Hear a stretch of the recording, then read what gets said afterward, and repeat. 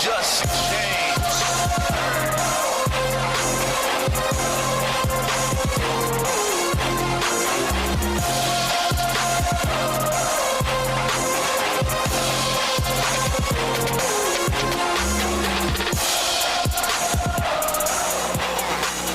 Welcome to the campus of Adair County Schools. I'm John Shelley, joined by Ty Bennett. It's senior night here at Adair County Field, and we're here for Friday night football. It's the rain looks like it's maybe moved out. 70 degrees, very pleasant. Very, very minimal wind blowing. It'll be a good night for football. Ty, a bittersweet game. Indians looking for their 7th win, but on the flip side, it'll be the last game here at Indian Field for these seniors. Yeah, always a bittersweet moment. I remember my senior night. It's, it brings a lot of memories back, and the Indians have, I believe it's 5 seniors, am I correct? I'm going to go over here just a second. Six. Actually, there's 5 and then a junior that won't be coming back. Yeah. So we got 6 seniors and all of them starters. So I'm sure they'll want to leave it all out one last time on Adair County Field tonight.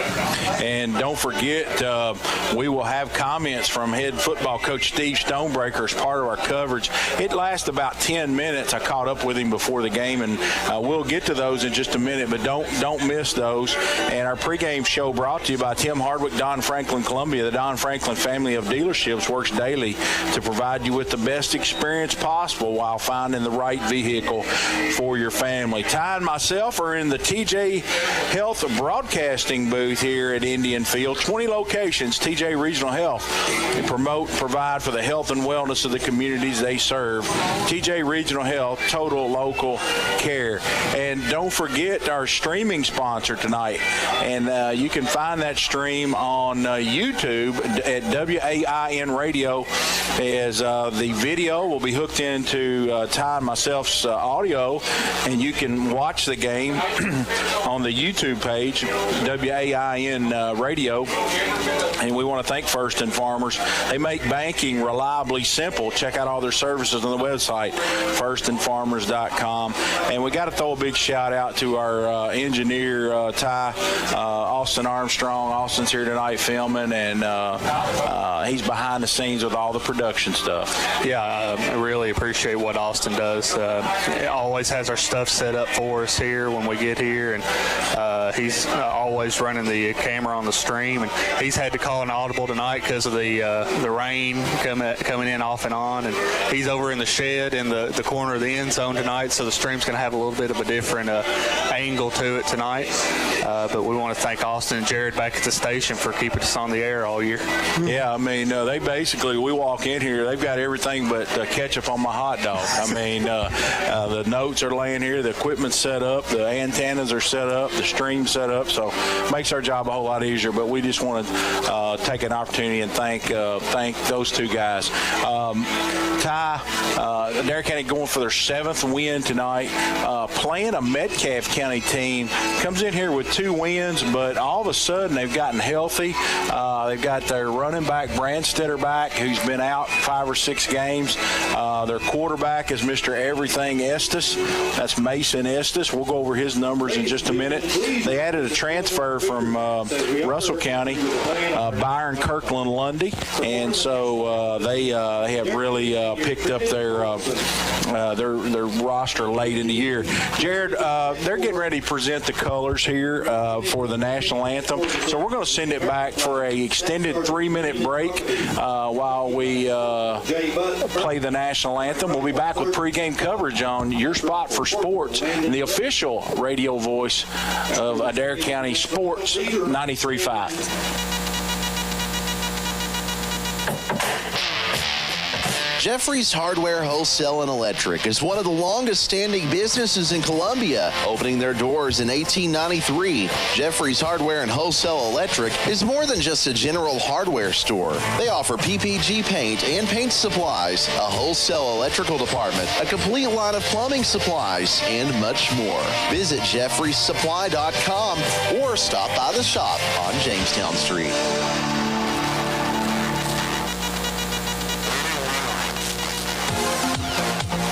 Hi, This is Cameron Smith. I'm a Campbellsville High School graduate and a Lindsey Wilson College student. I'm well on my way to earning a degree in secondary education. At LWC, I've met new people, become involved on campus, and I have loved being part of the sports programs. Visit today and you will want to make Lindsey Wilson College your new home too. Call the admissions office at 270-384-8100 or email us at admissions@lindsey.edu. Do you have a business? Are you running for an office? Maybe you've just got a kid in sports. No matter what you've got going on in your life, Hot Print Screen Printing and Embroidery's got a service or product you need. We've got a large selection of pre-printed items available in our storefront that you can just walk in and buy anytime, including Adair County Indian shirts, Adair County band shirts, and Columbia, Kentucky apparel. So come on by and check out all the great services and products available at Hot Print Screen Printing and Embroidery, or call us anytime Monday through Friday from 8 a.m. till 4 p.m. Let us put our experience to work for you. Everyone's talking about the easy way to do your banking. And the best part? It's free. The First and Farmers National Bank mobile banking app allows you the freedom to make the deposit right from your mobile device. While you're on the mobile app, you can also transfer money, pay your bills, and check your balance. If you haven't already, download the First and Farmers National Bank mobile app today. Just one more way we're putting you first. Deposit limits apply. Standard rates and fees may apply from your wireless carrier. First and Farmers National Bank, Equal Housing Lender, member FDIC. This is Nick Fudge with United Citizens Bank. Whether it's your first loan or you've been banking for years, we are ready to be your bank. At UCB, we like to keep banking simple. We probably aren't the best at flashy ad campaigns or sales pitches, but we will always give you our best and stand behind our word. Stop by and see me at our Jamestown Street office or any of us at our other convenient locations. We want to be your bank, United Citizens Bank, Equal Housing Lender, member FDIC. Kentucky Sanitation Services is a waste management company with solutions tailored to each client's needs. They provide garbage dumpster services for your business, home, or farm, as well as a variety of roll-off boxes from 10 cubic yards all the way up to 40 cubic yards. They have containers that can handle any size job, from cleaning out your basement or for a large demolition project. Call 270-634-4637 or check them out on Facebook at Kentucky Sanitation Services.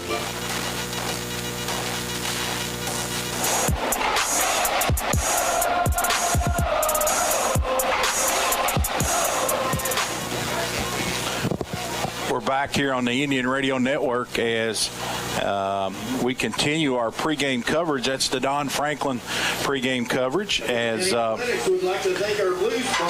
Adair County fixing to take on Metcalfe County here on senior night. Let's before I get to the pregame notes that Scott Bennett has prepared for me, I do want to mention the seniors. And Ty, you feel free to chime in as we discuss some of these young men. Hayden Bennett he's been playing left guard this year, and he's been a vital part of this Adair County offensive line, which I think is one of the keys to their team. Also on that offensive line, right beside of him, is Travis Taylor, Ty, and two left tackle. So you got left guard and left tackle, and that's a big chunk of your offensive line. Most of the skills guys are back for next year, but you got to have the horses up front. You know, Hayden and Travis are the left side of the line. Hayden at left guard, Travis at left tackle, and then you go to right guard and you have Blake White, who's also a senior. Travis and Blake both play offense and defensive line, so Indians are going to have to find somebody that can fill those holes. I don't think they'll find anybody as good as those three guys, but they're going to have to develop some guys in the off season, and hopefully they can find some guys that can accomplish what they want to next year. Starting cornerback, Jacob Lacey is also a senior. Jacob had a big strip sack last week when Adair County was actually down in that game 8-7, and Corey Central going in for their second score, a strip sack, and the Indians scored very quickly after that. He's kind of a guy. Coach Stonebreaker talks about him as we're going to listen to his comments in in just a second. He's a guy that can play receiver. He can come in and play in the wing. He can play anywhere. And so he's kind of a utility guy, if you use that word in baseball. Yeah, and those coaches always like guys like that where they can just plug and play at really any position. I know Lacey's had the tendency to make the big plays, had 2 interceptions this year, and as well as the strip sack last week down in Stearns against McCreary Central. Dakota Morse, he'll be graduating. Dakota came to us from Metcalfe County, and he won the job. Coach Stonebreaker talks about that in the 2 scrimmages, and it's fitting that he plays his last game against Metcalfe, as where he came from. So I know he's probably very excited to play in this game, but he will be missed. Yeah, and before the season started, we thought we were going to see, I think, a lot more of Dakota Morris carrying the ball than we have, just because of the season that Lane Grant's put together. But Dakota's did a great job. He hasn't turned the ball over on offense, and he's been able to step in on defense and play linebacker when our starters need a blow. And next, starting middle linebacker Byron Rogers. He's a senior. Byron's been a staple on that defense for a long time, and Byron has had some games where he's had some big plays, at linebacker.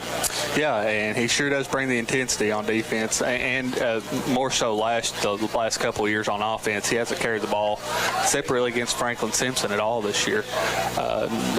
He's the anchor of the defense, though. He's the Mike linebacker, and he plays with a lot of heart, and it's going to be tough for the Indians to find somebody that's intense as Byron. Maybe his little brother, maybe his brother Ryder. But Ty's already mentioned Blake White, and Coach talks about Blake being probably one of the most improved players on the team, as Blake, especially at that defensive end spot, he's really became a good defensive player, and he's another guy. You can plug him in any spot on that offense or defensive line. Yeah, and you talk about a guy with a really high football IQ. Blake, or they call him Biscuit, that's his nickname. That's what I know him as. He's developed into a really good football player. I know he's got an offer or 2 to go play in college, and I hope he takes advantage of that and gets to play at the next level. And last but not least, Timmy Streville. Timmy had originally opted with the COVID year to come back next year. He's actually a junior, and now he's decided that he will not return for his senior year as a football player. He's going to go ahead and graduate, and so Timmy, this will be his senior night as well, even though he's a junior. And Timmy, we've seen him deliver some massive hits out of that linebacker spot. I think of Timmy as tackle for loss guy. He's always in the backfield knocking somebody down 4 or 5 yards behind the line of scrimmage. He brings a lot of energy to this ball club. Yeah, and I didn't know that he was going to go ahead and graduate after this year, and I was disappointed this morning. I'm not going to lie when I heard it, because I love watching Timmy play. He will stick his nose in anywhere. He craves that contact, and he's really fun to watch on the football field. Finishing up here our notes, let's talk about Metcalfe a little bit. 2-7 on the year, coached by L.J. Harbison. They were 12-1 overall last year, lost a lot of kids from that last year's team. These teams have met 23 times since '98. Indians hold a 13-10 advantage in those contests. Indians defeated McQuarrie Central last week 49-20, and the win guarantees a winning season for Coach Steve Stonebreaker, as he's looking for win number 7 on the year. Ty, just a quick note, Metcalfe played Greene County, which that score kind of shocked us as we were getting updates at McQuarrie County. Midway through the 4th quarter, that game could have went either way. Yeah, and I think the score kind of lies to you if you look at that. I believe we discussed on the way home last week, we heard some rumors that there might have been some running up of the score maybe on Greene County side of things. So, this team is far better than their record. You cannot look at this Metcalfe County team and just count them off because you see that they're 2-7. They've lost 2 games. I know 1 game in double overtime by 1, and then 1 game by 6 on the road in Monroe County, which is a tough place to play always. plays, and I believe they lost another game by 6 or 7 maybe. So this team is, 3 touchdowns away from being a 500 football team. They're very well coached. Coach Harbison, his dad was a longtime coach at Metcalfe County. I believe LJ played at Western, I believe, and he's great at getting the most out of his team. They have most of the time have a pretty small roster because they're only 2A, but they get the most out of each and every player, and they're going to be tough and hard-nosed, and they're going to be well coached. They're going to be disciplined, and Adair County cannot overlook this team. Offensively, Lane Grant, 87 for 164 through the air, 1,403 yards, 15 touchdowns. If you did not catch last week's game, Solomon Stonebreaker, 5 catches for 240 yards and 3 touchdowns, had a monumental game. He's caught 51 balls on the year for 816 yards and 8 touchdowns. And Aiden Smith, he's chipped in with 6 touchdowns as well. The names you'll be hearing on the Metcalfe County side tonight, their quarterback, Mason Estes, 113 rushes for 746. He's thrown the ball 100 times for 465. The running back, like I said, they just have gotten him back, and he is a player. C.T. Brandstetter, 75 rushes for 424, and again, that's for a shortened season. They added the transfer from Russell County, Byron Lundy, 31 rush attempts for 259. And now we're going to go to Coach Steve Stonebreaker and hear what he had to say about tonight's game. I'm here with head coach, football coach Steve Stonebreaker as Adair County wins their biggest football game of the year, 33-13 over Butler County. That will guarantee them a playoff berth postseason.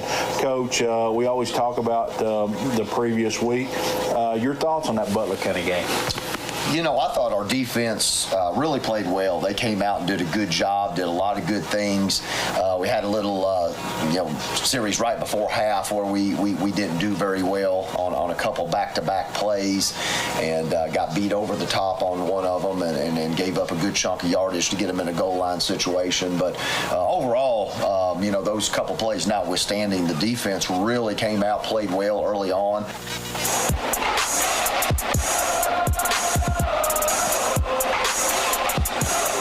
We apologize for that. That's the coach's show from the previous week, and I can summarize basically what the coach had to say, and I'm not sure why we're having some difficulties getting that into play, but he just talked about junk defense that Macquarie Central played, and he said when you play a junked up defense, you can be really successful, or you can give up big plays, and Adair County really hit Macquarie Central with some big plays. The game started off with a 3rd and 30, and Adair County goes for 70 yards to Solomon Stonebreaker.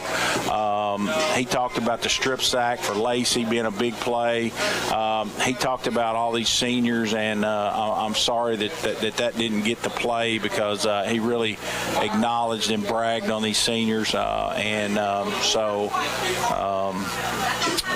Anyway, just talked about how he was really impressed last week when they saw a defense that they didn't prepare for, how the guys adapted to that. And he said you just got to, as a play caller, just be calm because they saw something completely different than what they thought they were going to see.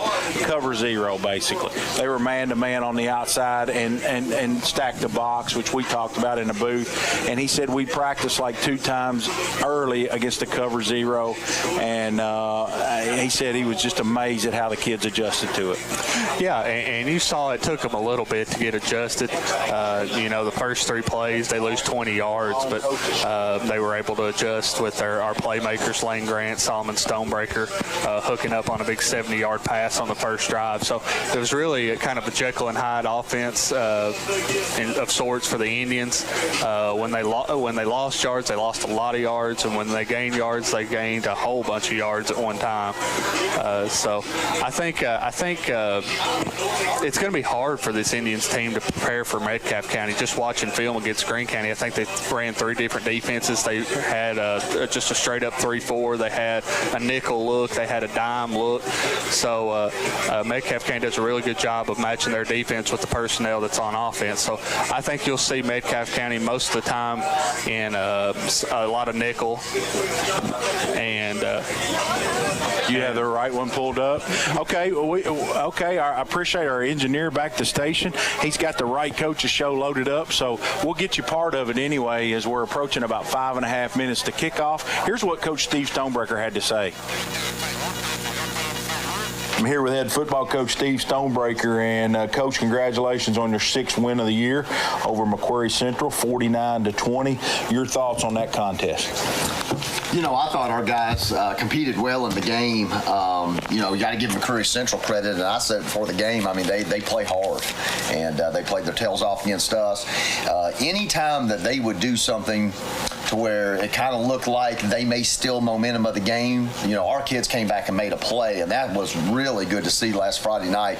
And I'll tell you, a play that gets overlooked because you had Solomon make so many plays. You had Aiden had a great catch. You had Lane Grant make one of the best defensive plays I've ever seen, and guys do a great job getting in front of him, blocking on a 105-yard pick six, return for a touchdown.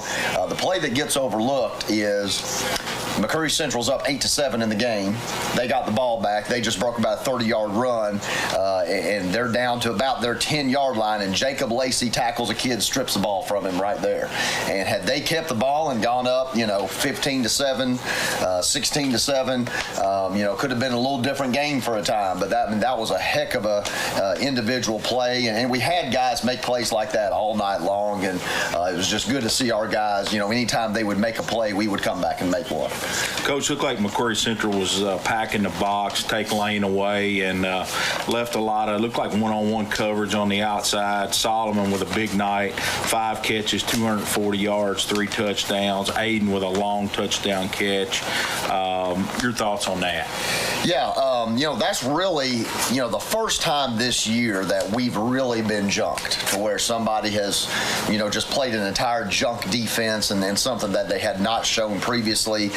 We've seen some things here or there, like Butler County pressed a little bit on the edges and never showed that. Hart County got completely out of their base defense, and you never see them do that, but we got them completely out of it for a time. But, this was the first time right from the start somebody tried to play a totally different defense against us. And, we prepare in the preseason for everything. So we had a cover 0 set of days there. It's usually just 2 days for that. But we had to go back to that. Man, you got to give our guys credit. And that's what I told our guys Monday. I was really proud of us offensively, because you prepare all week for something and then you see something totally different Friday night, and we were able to adjust to that very quickly and put a lot of points on the board. Coach, first time in the box I've ever, the first 2 drives, I think we were faced with 3rd and 30 twice. We catch Solomon catch a 70-yard touchdown on the first one. I can't remember what happened on the second one, but I thought that was a big play. You're probably going to have to punt the ball there, and a long touchdown on 3rd and 30. Yeah, what's weird, it's feast or famine if somebody wants to play a defense like that. You can make some plays, you can force teams, into certain situations, but, we scored on 2 third down plays, long touchdowns, because Solomon, one of his long touchdowns in the 3rd quarter was on a 3rd down play. Aiden's big touchdown catch and Solomon's other long touchdown catch off the screen were both on 1st downs. So you're going to have the opportunity to get some big plays if somebody wants to play defensively like that, and you can't panic as a play caller, and you can't panic as an offense, and I was proud of our guys for not doing that, because if that's how you're going to play and that's just going to be your dance music that night, you're going to give up some big plays, and we were fortunate to make a lot. Coach, Metcalfe County coming up here in the season finale at home. I know they played Greene County tough for 3.5 quarters last week. Seems like it's always a dogfight when we play these guys. Yeah, I can't remember who it was told me this is the longest running series for Adair County as Adair versus Metcalfe. I don't know if that's right or not, but I know they played a lot, and a lot of them have been, like you said, really close football games where you throw out the records. Metcalfe County, kind of the deal like Butler County a couple weeks ago. They've had some key guys injured throughout the season. The Brandstetter kid, that's their big running back, missed 4 or 5 games. So now that he's been back 3 or so games, they're really kind of back to hitting on all cylinders. And like you said, played Greene County really tough last week. So we're expecting a tough game, and that's kind of how you got to go into it. Coach, senior night, what would you? I'm just going to give you an.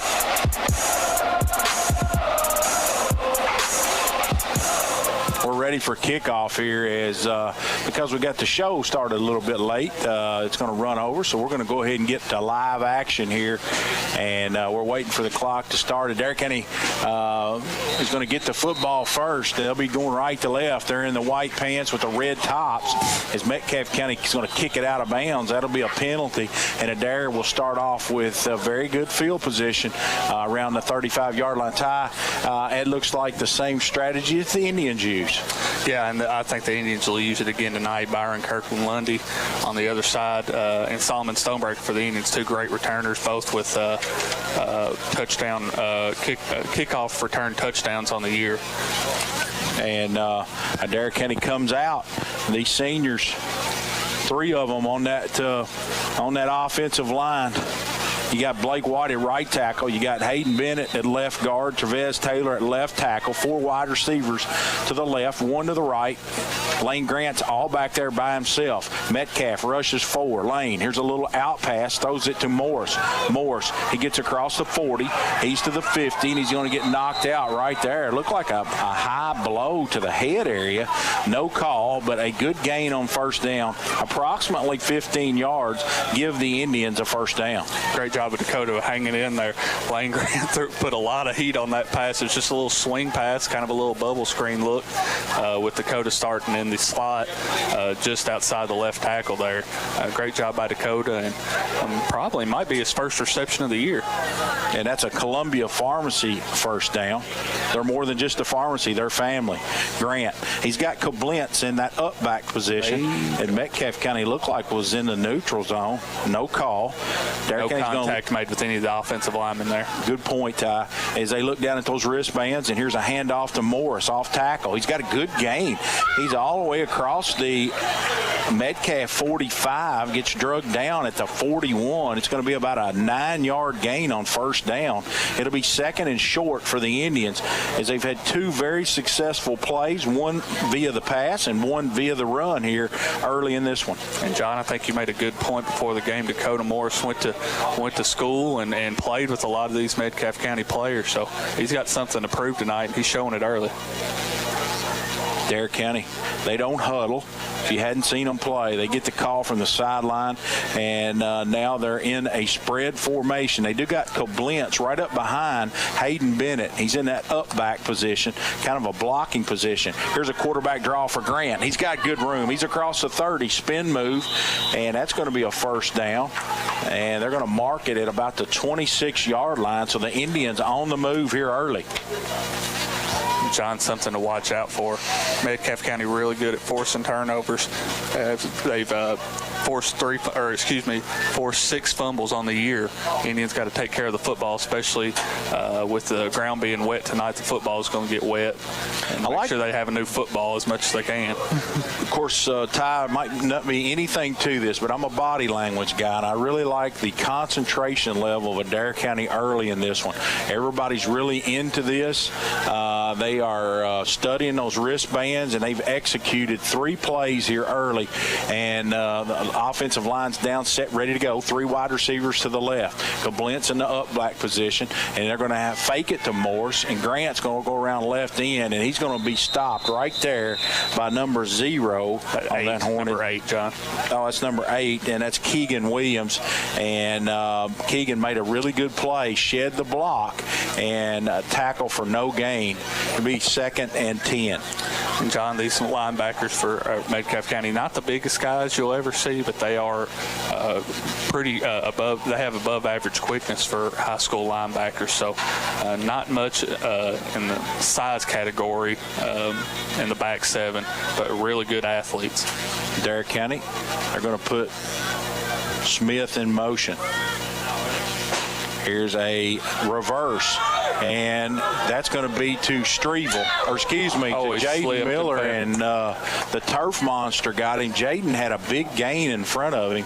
Probably would have resulted in a first down. I don't know about a touchdown. He had the corner on the reverse, and he just slipped with, it came a light rain about, it's still coming a light rain. 10 minutes, well, a somewhat steady light rain, about 10 minutes before kickoff. And it could produce some slick spots out here.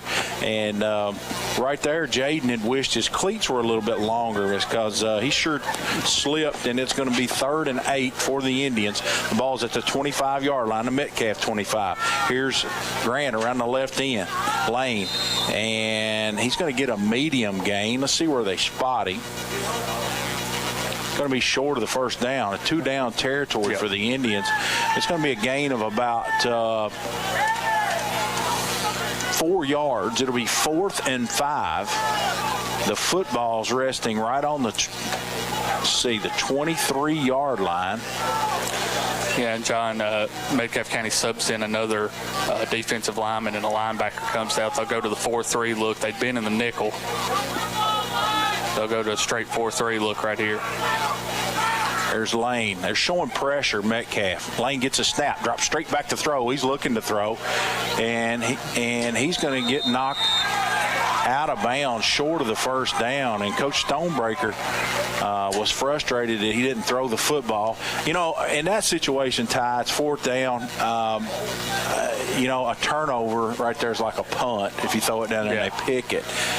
So you got to at least throw it. Yeah, I think that might have been what Coach Stonebreaker was upset about.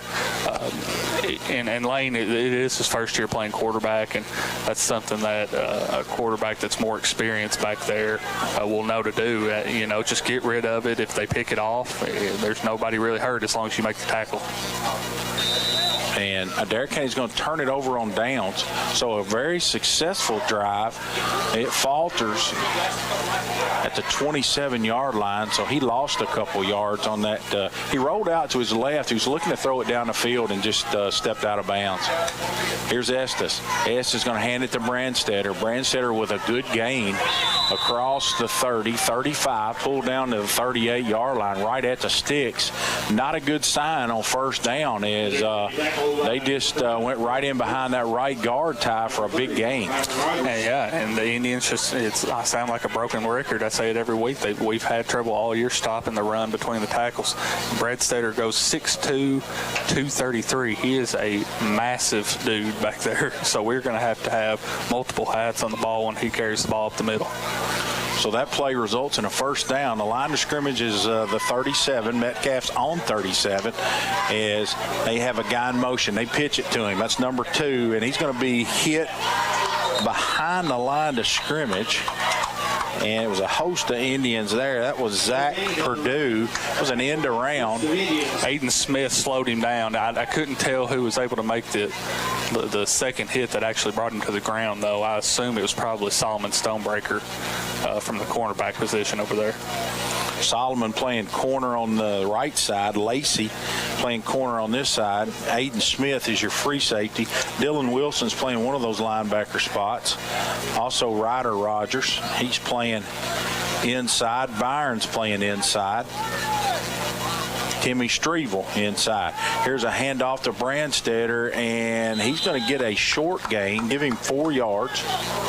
It'll be 3rd and 6 for Metcalfe. This would be a big play for the Indians if they can limit the how many yards they give up on this play. Because if they get about 3 or 4, John, you're probably going for it. And if they don't gain any or they go backwards, you're probably going to punt it. You're listening to John Shelling, Ty Bennett on the Indian Radio Network here. Indians 6-3, Metcalfe 2-7, looking for their 7th win of the year.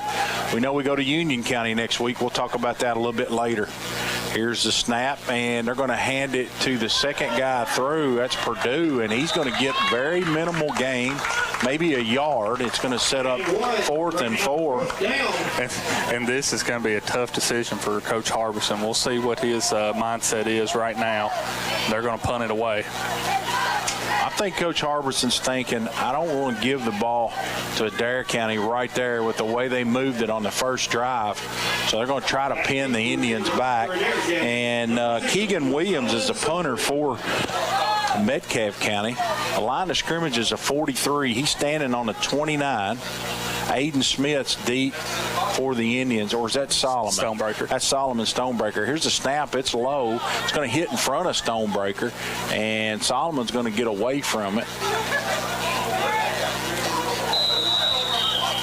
And Adair County, Dylan Wilson almost ran into the ball as it's going to be down by Metcalfe County. A good punt by Williams from his 43. The line of scrimmage is going to be, help me, Ty, as the lines are faded. Yeah. It's going to be the 20-yard line, so that's going to be about a 37-yard punt. And Adair County will get their second possession. If you just joined us, Adair County drove it down into the red zone, turned it over on downs. Lane Grant. He's in the gun. Morris is back there with him. Let's see if the Indians try to put it up here early in their series. And sure enough, Grant drops straight back to throw, throws it over the middle to Brylan White.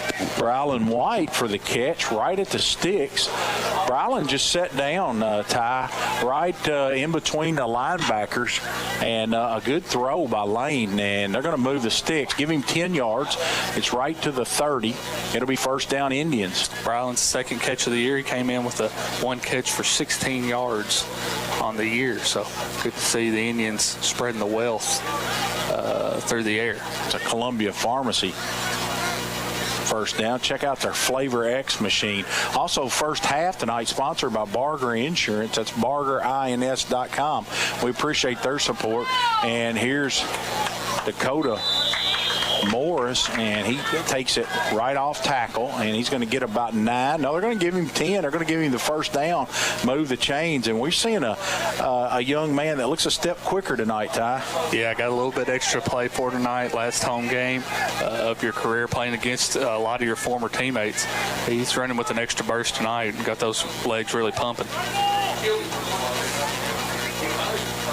Miller split wide to the left. They got Aiden Smith in the slot. Stonebreaker, he's on the other side. Here's the snap, and they're going to give it to Morris off tackle. Dakota, he's going to get a good gain. Give him about 6 yards across the 45 to the 47.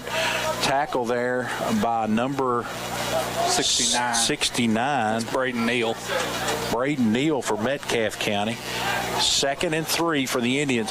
Ty, we've talked about it game after game. If the Indians can stay in front of the chains here, 2nd and medium, 2nd and 3 in this case, it makes life so much easier. Yeah, and a lot of football now is going to the pass, but you've got to have at least a serviceable run game to stay on schedule and not put yourself in such a tough position on third downs.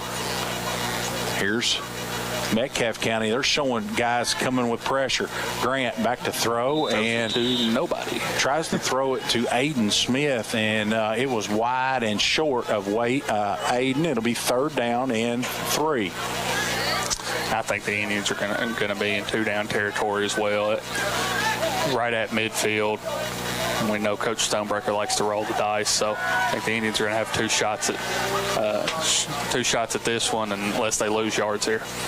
The real advantage to a Dakota Morris running the football is Adair County runs a lot of that lead draw stuff, that option stuff, and Lane keeps it a lot of times. So that'll really keep Metcalfe County guessing here. I look for Lane to keep this one. Here it is, quarterback draw up inside. Lane, he's got first down yardage. He's across midfield to the Metcalfe County 45-yard line. Give him about 8 yards, and that's a first down at Adair County. Great call, Joe. like to keep it in his hands as much as possible. This quarter, as we said, and half brought to you by Barger Insurance Agency. Let them help protect you. Proudly insuring farmers, individuals, and businesses since 1929. Visit their website, bargerins.com. Ty, we got a lot of competition tonight. You got Kentucky and Georgetown in an exhibition game, I think, on right now. And some Adair County ties to Kyra and Jones playing in that game for Georgetown. You get the World Series game 1 tonight, but we're glad you're here with us. Here's a snap. They're going to hand it to Morris, and Dakota, another good gain all the way up to the 40-yard line. And that's going to be about a 5-yard gain on first down. Is a tremendous second effort by Dakota. Yeah, and I believe the primary hole he was going through really got stopped up early. He was able to jump cut into a different hole on the other side of the line and find daylight there for about 5 yards. Great vision right there by Dakota Morris. Tyler Vibbert was in on the stop for Metcalfe County as the clock approaches 1 minute here in the first quarter. Indians on the move. They're in Metcalfe County territory. The ball's at the 39-yard line. Grant, he's in the gun. He drops straight back to throw. He's got all day, and now Lane's going to run out of there. He's getting pressured, and he's going to get ran out of bounds by number 21. Ty, I don't have a name for him. That is number 21. James Patterson. There you go. I don't have him on my starting sheet. So James Patterson, he's going to run Lane out of bounds, a yard short of the first down, 3rd and 1. And, John, he's kind of that nickel back that they'll sub in. And when he comes out, that's how you know they're going to go into a 3-4 look. So let's see if he's in here. I don't see him. Could Stonebreaker here, could this be a go route with 3rd and 1? You got to feel like the way your offensive line's blocking, you can get the first down on 4th down. With the clock stop, I think it'll be a run. Here's a handoff to Morris, and he's got a good gain across he's still going. Nice cut. He's across the 30. He's at the 20. Oh, man. And he gets tackled about the 10-yard line. And Dakota Morris really showing some agility. A lot of agility right there with that jump cut that we hadn't seen this year. And Metcalfe County trying to tackle high, trying to grab around the chest, and these jerseys are wet. The guys have been wallowing around on the ground, so Dakota Morris slips off a tackler, makes a great juke move, and just gets caught by a shoestring. And I think the Indians are going to take this one to the end of the quarter here. It's going to be close. The play's in. They might try to get them to jump here. Let's see if we get a hard count. They're in they're lined up 4-3. Yeah, the hard count. Yeah, it looked like a hard count, and Metcalfe County was disciplined and did not jump into the zone, and that's going to do it for the first quarter. No score, and the Indians, when we come back on the Indian Radio Network, they'll be 1st and 10 from the 12-yard line as the Indians threaten to score here. We'll be back in a minute. Have you injured yourself playing a sport or exercising? Sports medicine experts at TJ Regional Health are trained to get you back on the road to recovery. Whether you're dealing with sprains, fractures, knee and shoulder injuries, or other common injuries, our goal is to prevent illness and injury in active individuals of all ages and help prevent future problems to maximize your performance. Find out more at tjregionalhealth.org/rehab. Patients first, team always. TJ Rehabilitation Services. Ace is the place with the helpful hardware, folks. Why would you wander around a warehouse store looking for paint when you could just swing by your neighborhood Ace? In addition to Ace's award-winning service, we have top-rated paint brands. Plus, our color matching technology allows us to match any color. So stop wandering and start painting. Head to your neighborhood Ace today. Be sure to stop by Burton Ace Hardware and check out the Red Hot Buys of the Month, like their Craftsman 12-gallon wet dry vacuum for only $89.99.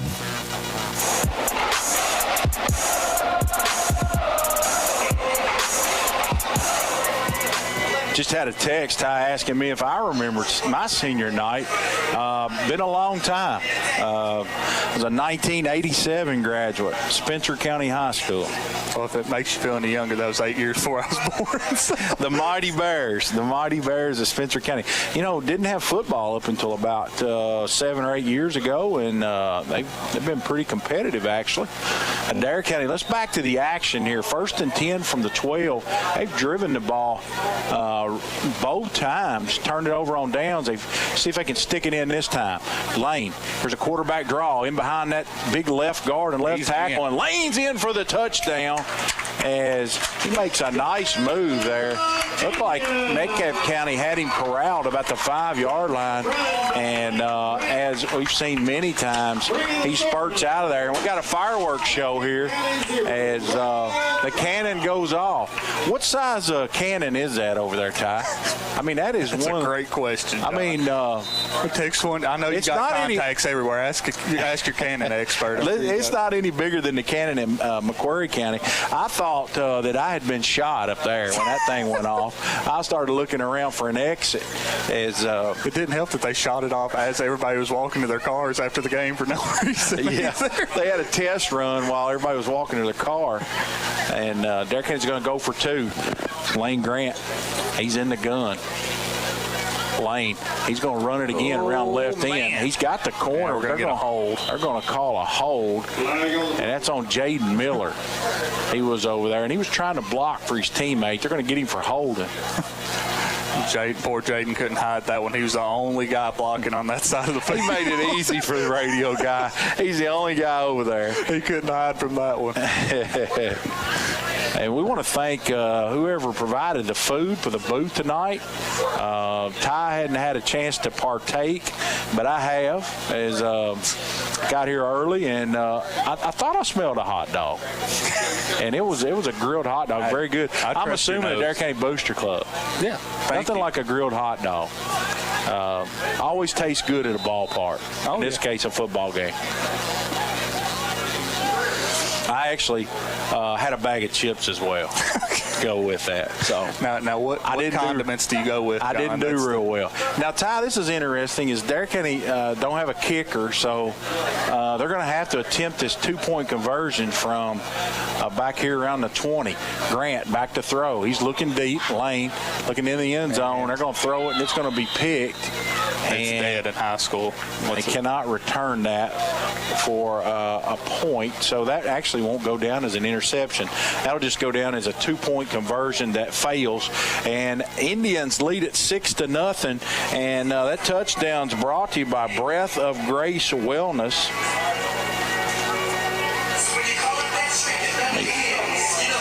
11-plus years experience, Breath of Grace Wellness is honored to walk the journey with you. They offer individual, family, and group counseling from a faith-based perspective. Visit their website, breathofgracewellness.com.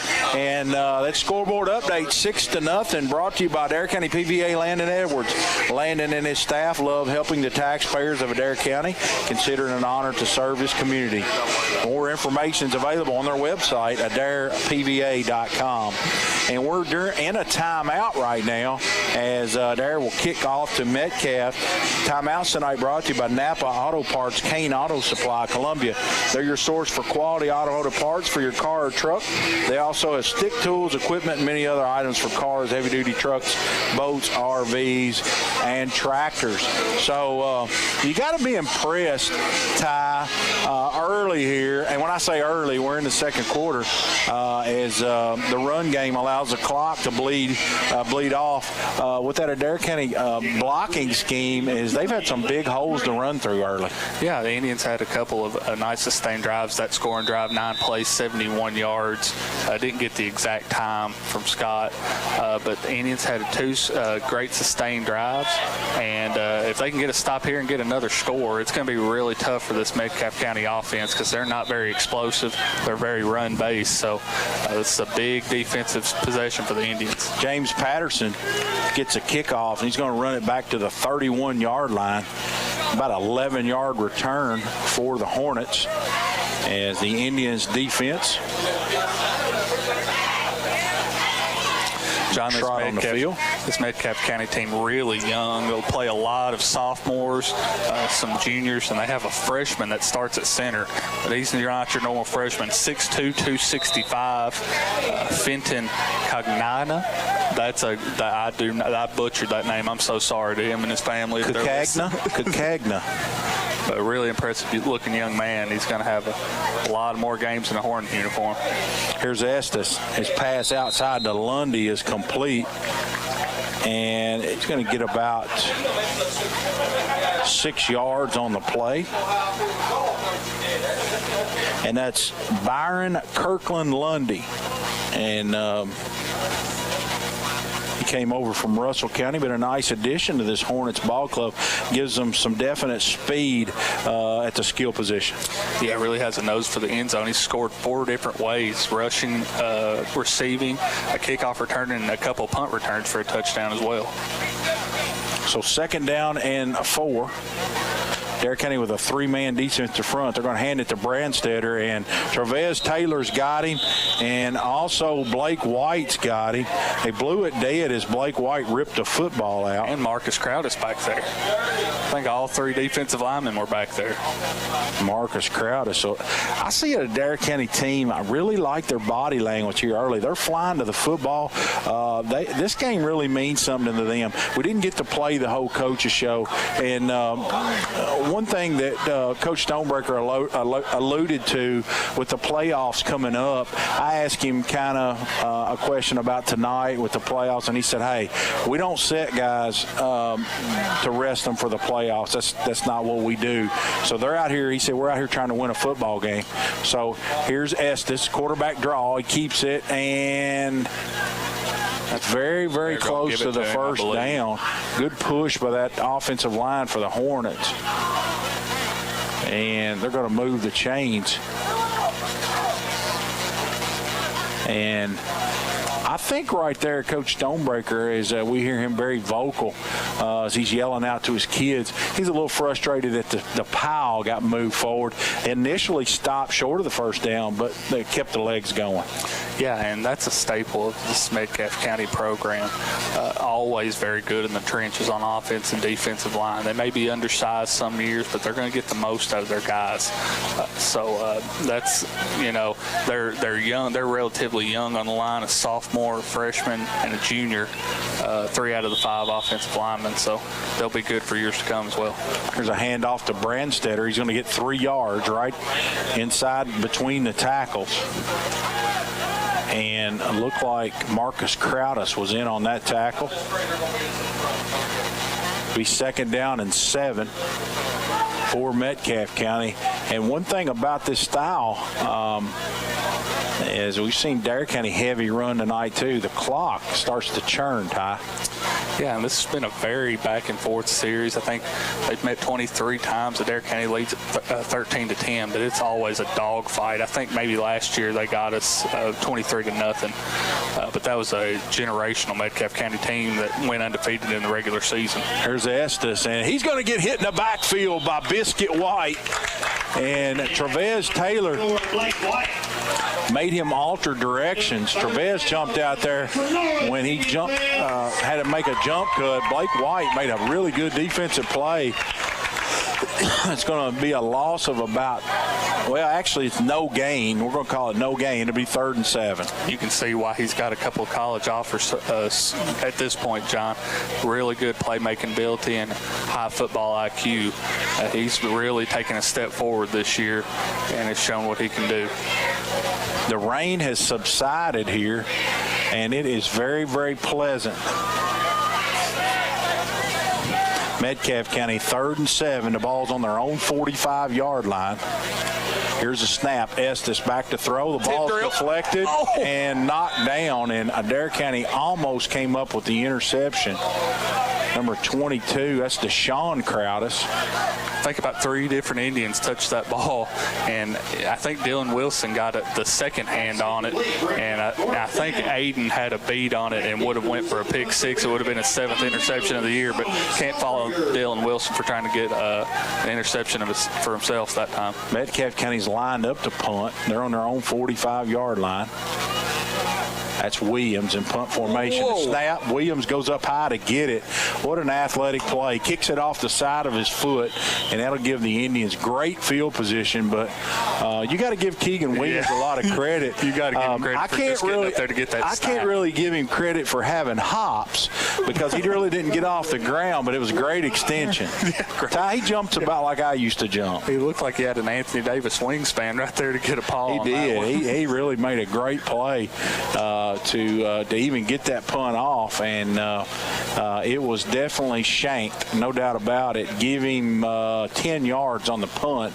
Adair will take over on their 45, as the original line of scrimmage was the Metcalfe 45. So 10-yard punt. Indians with 8:21 to go. They lead at 6-0 here on senior night. Grant, he's back in the gun. He drops straight back to throw. He throws it across the middle, and he had a wide open Wilson, and the ball was at Wilson's feet. And Brylan White, John. Or Brylan White, Number excuse 2. me. Yeah. I get him and Dylan Wilson, number 9, confused. They look a whole lot alike, too. Yeah. And Brylan White drops the pass, but I have to say that wasn't Brylan's fault. That ball was very underthrown. Yeah, it was thrown right at his feet, and we're lucky that the ball hit the ground safely because it went right off Brylan's foot straight up in the air right in the middle of all the linebackers. And nobody was able to get a hand on it, so Indians very fortunate on that play. Here's that typical spread formation for the Indians. They got 3 wide receivers on this side, 2 to the other side. Lane's back there all by himself. 4 down linemen for Metcalfe. Here's Grant. Here's a little out route to Stonebreaker, and his first catch of the night is going to get 13 yards and move the chains into Metcalfe County territory at the 42-yard line. We've seen that play time in and time out this year where they just give him cushion over there. Lane just raises up and throws it to him. And we knew he was going to get going at some point. Last week set a school record single game, 5 catches for 240 yards and 3 touchdowns. Just a massive performance last week, and the Indians will look to him the rest of the night tonight, and especially in the playoffs next week. Indians on the move here.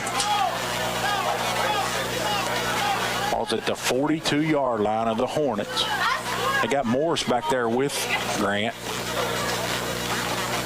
Here's a snap. Lane on the quarterback draw, and he's going to get good yardage as he's carrying Metcalfe County tacklers past the first down marker. Give him 11 yards on the carry, and great second effort by Lane. Yeah, Lane's never going to give up on a play. He's going to keep those legs pumping until his whole body hits the ground. And he did a great job of carrying defenders probably for about 3 or 4 extra yards to get him a first down. So the ball's at the 31-yard line, 1st and 10. Again, that's a Columbia Pharmacy first down. Barger Insurance, our first half sponsor, bargerins.com. Grant. He's in the pistol. Here's a snap. He's got Ryder Rogers back there. Ryder steps up and blocks for him. Lane's going to scramble out of the pocket. And he takes quite a hit there by the defensive end. That's number, try to get a number for it. 76. That's Vibert. Yeah. He's been in on a couple plays already tonight. Lane thankfully gets up off the turf. He looks like he's fine as he took quite a shot there. No gain. 2nd and 10 for the Indians. Ball at the 31-yard line. They lead at 6-0. And that gives Vibert the team lead in sacks for Metcalfe County. He had 4 different guys for Metcalfe County tied with 1 sack on the year. He takes the solo lead after that one. Here's a snap. Grant. He goes right behind that left guard. He takes quite a hit by number 80. That's Lundy. And a really good gain on 2nd down. Give him 8 yards. It'll be 3rd and 2. And Gene Wheeler tonight listening. And Gene said she was going to tune in tonight on the radio. Gene, the weather's nice out here for a football game. Very pleasant. Byron Kirkland-Lundy there making the tackle for the Hornets. He comes in with the team leading tackles on the year with 57 and 2 safeties tonight, him and Aiden Smith for the Indians. Not afraid to mix it up in the trenches and get in there and hit you. 3rd and short for the Indians. Here's a pass out to the left, and they're going to say that's close. A catch. Stonebreaker. They're going to move him. Solomon catches it right at the sticks. I think that ball was underthrown, and Solomon had to get down on his belly to catch it. A 2-yard gain, but results in a first down. Ball's at the 23-yard line. Indians on the move with 5:16 to go. Here, they lead it 6-0. If you like running the ball and low-scoring football, you love this one, John. Here's a snap. Lane's going to hand it to Morris this time.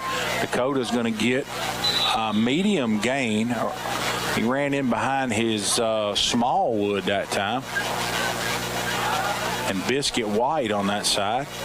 It'll be 2nd and 5 for the Indians as they're on the move. What would be ideal here, Ty, is punch this thing in and not leave Metcalfe County any time on the clock. Yeah, Coach Stonebreaker really going to take his time getting his play and making sure everybody's on the same page here. We hadn't seen a turnover yet tonight. Both teams. Oh, why'd you say it, John? Both teams handled the football very clean. You can't say stuff like that. You know you it. Think I'm You've watched enough games on TV to know that you can't say stuff like that. It's been a very clean game. I should say it that way. It's Coblentz in the up back position. Metcalfe showing pressure. Grant off the left side lane. He's got a good gain, and he's still going, and he's out of my view. He's inside the 5 on the 1-yard line. He's on the 1-yard line, so a great gain. Give him 16 yards on that carry. Another quarterback draw. It's going to be that should be 1st and goal. Yeah. On the 1. Actually, they're going to spot it on the 2. And I'm looking at the yard marker over there. So the Indians. Let's see if we get Dakota Morris a touch right here.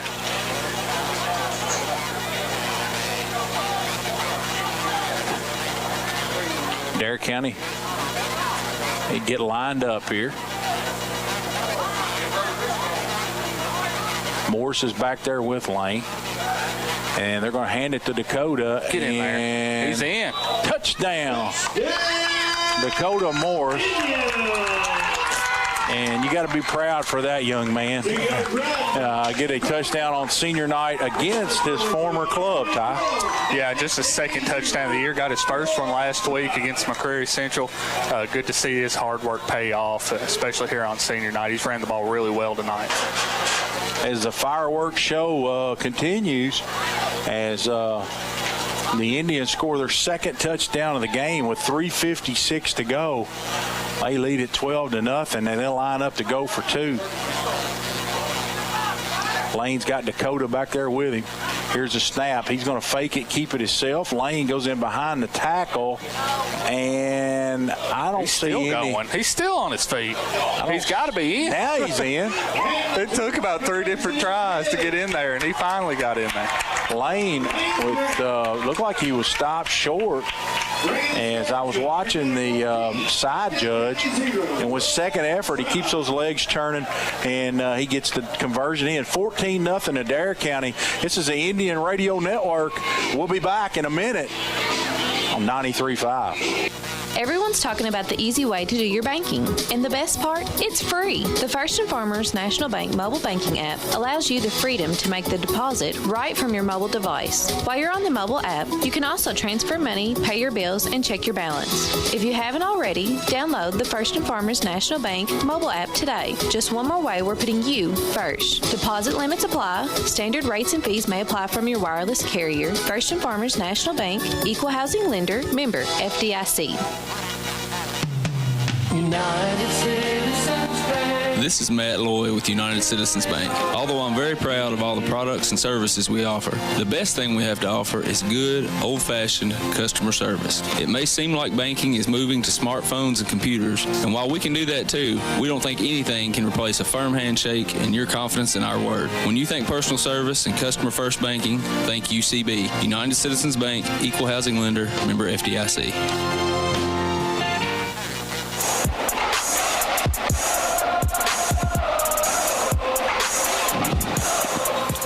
And the public address booth has some interesting twist on the music tonight between scores. A little Dumas Walker, Kentucky Headhunters, who were here for the Downtown Days, Ty Bennett. Yeah, I didn't get to go see him, but that's more your era, John. I'm not big on the Headhunters. Oh, yeah, I'm a big Dumas Walker fan. As they cranked up Dumas here between the touchdown. Adair County leads at 14-0 as they forced 2 punts on both Metcalfe County possessions. And Ty, Adair County with 2 out of 3 successful drives. The only drive they were stopped on was when they got in the red zone inside the 20. Yeah, and past that first possession, just pretty perfect execution so far for the Indians tonight. Defenses came to play tonight as well. I think a lot of it, John, you were alluding to the body language. I think these guys came out ready to play tonight. Probably the most ready we've been to play all year. It's been a really impressive performance so far. Here's Estes with a pass out to the right. It's caught, and Travis Taylor finishes it off. Ryder Rogers was also in there. Try to get a number for you. That's number 23. 22, Ben Shirley on the catch. So no gain for Ben. It was a wide receiver screen. And Indians flying to the football tonight. As been impressed with the concentration level of this team. We hadn't seen all the silly stuff tonight. We've seen a football team that looks focused. Here's Estes. Here's a little shovel pass to Lundy, and Lundy's got a good gain. Travis Taylor wraps him up, but not before Lundy gets a first down out across the 45. Give him about 12 yards on the little shovel pass. A well-designed play by L.J. Harbison. And Byron Kirk and Lundy, a very explosive athlete. John comes in only 16 receptions on the year, but for 255 yards and a couple touchdowns, averaging almost 16 yards of reception. He got over 10 right there. So he doesn't get the ball often, but when he does, you better look out. I really like the shovel pass because if it doesn't work, it's just an incomplete pass. It's not a fumble. You gotta watch out though. That could easily be tipped or intercepted by a D lineman too. So quarterback's got to really be careful. There's Branstetter. He gets hit hard right at the line of scrimmage, and that's Timmy Strevel. Give him a yard. Timmy comes flying in there. Branstetter's a big, strong young man, and Timmy knocks him back off his feet there. 2nd and 8, or 2nd and 9, as number 42, Andrew Zanotti, Indians leader in sacks with 3 on the year.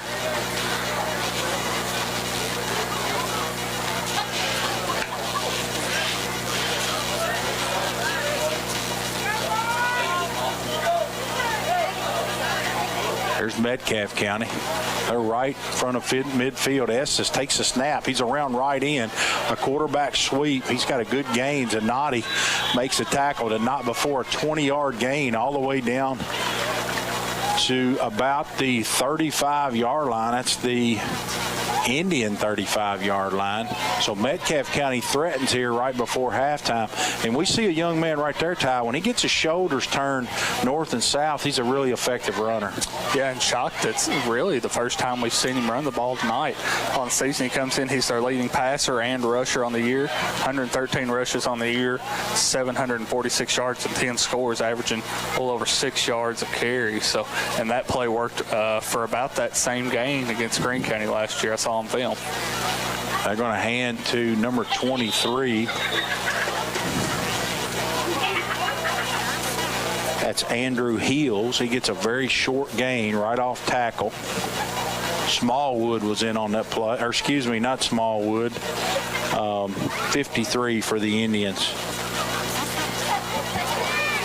Ty Bennett, get you a number here in just a second.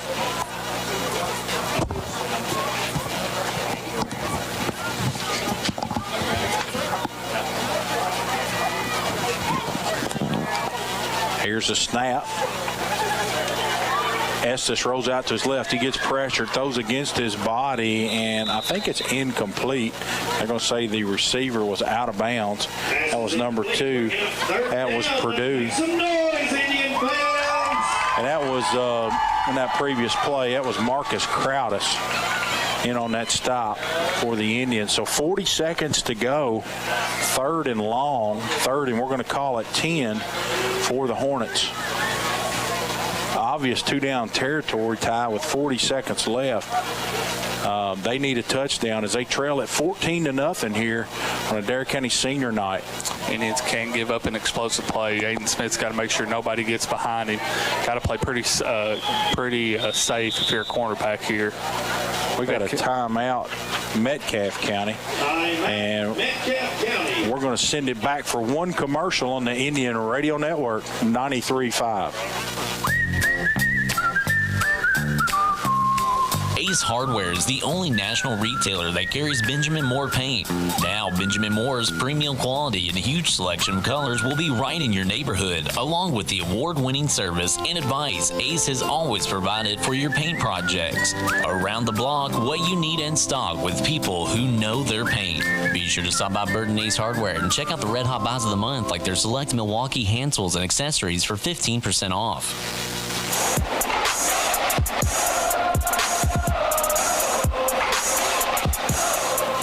We're back here. I really hope that went over there, John. I'm really impressed with the music tonight. It's been unbelievable. As now we're playing My Genre, Eye of the Tiger. Randy Burns, thank you for that. As you're Ricky Roy with Eye of the Tiger.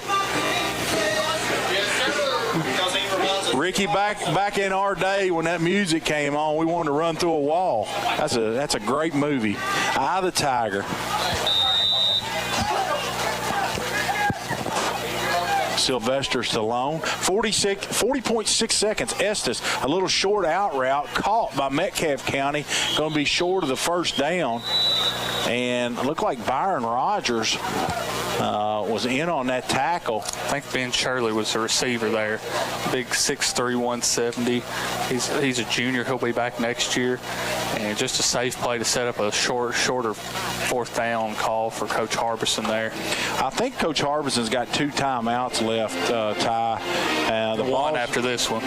We got one left. He called one. We got one left as he called this one as well. The ball's at about the 30-yard line. It's going to be 4th and 4. And if you're Adair County here, Ty, I hate to say it, but you're almost in some kind of prevent defense. You don't give up the big play. You want to tackle it in front, even if they get the first down. Yeah, and they've struggled so far to run the football, really. Byron Kirkland Lundy's shovel pass is the biggest play they've had so far tonight. So I think you're going to play pretty conservative. I'd say we'll probably see either a quarterback run here or like a short little hitch route, what they just ran. Just every receiver right there just ran about a 5-yard hitch route, and they're probably going to call their last time out as well, or either get up to the line and spike it. Lane Grant, he's got the coverage on Kirkland Lundy, split out wide to the left. They've got a young man in motion. Estes, he rolls to his left, trying to throw against his body. Pass is complete, and a good tackle in the open field by Lacey. Metcalfe's going to call their last time out here. It's a first down, the result of the play. Right at the sticks, give them about 5 yards. And the clock's going to start. They actually didn't call timeout. Clock stops to set the chains. Now they're going to move it. 23-22, and here's Estes spikes it, stops it with 21.3 seconds to go as Metcalfe saves that final timeout. I think that was a good job by the Indians. They played that really well. A well-designed play by Metcalfe as they snuck him out of the backfield. About a little 5-yard out route and enough to get the first down. But now you're facing the battle of 21.3 seconds on the clock. Yeah, and you still have a timeout. That kind of worked. That almost worked out as well as it could for Metcalfe County. They got the first down enough to stop the clock and get their guys set and be able to clock it with the spike there. Estes, he's back there by himself. He's got 4 wide receivers. And Adair County's Crowdis has got pressure on him. He missed him. Estes gets away. A great open that's field not a horse collar. Tackle by Crowdis. But he got him by the shoulder pads. That was Marcus Crowdis. I thought he got him by the shoulder pads there, John. That was a great play by Marcus, and they're going to deem that he got him a horse collar. So this is going to be half the distance.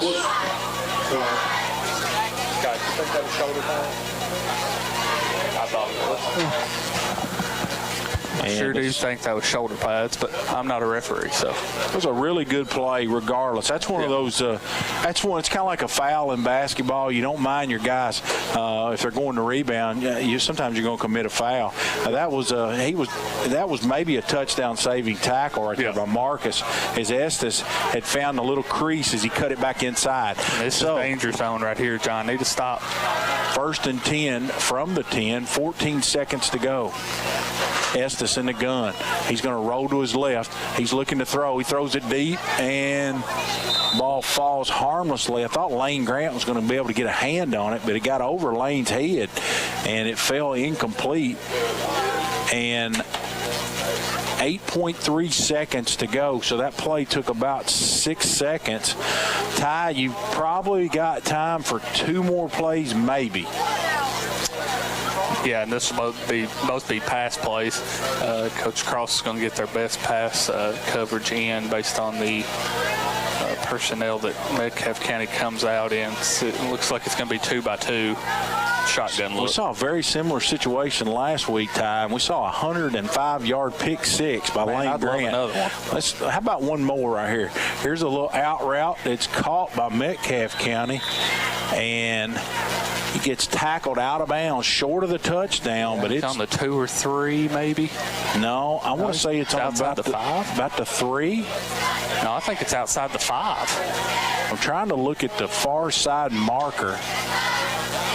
I'm 5, I believe. 5. Now they're going to move it now. He's moved on down. It's at about the 3. We're going to say the 3. No, you're right, Ty. It's around the 5. I'm going to go with you here. I'm going to admit I'm wrong. My eyes deceive me. It's the 5. So it doesn't really matter. It's the last play. It doesn't matter if it's from the 3 to the 5.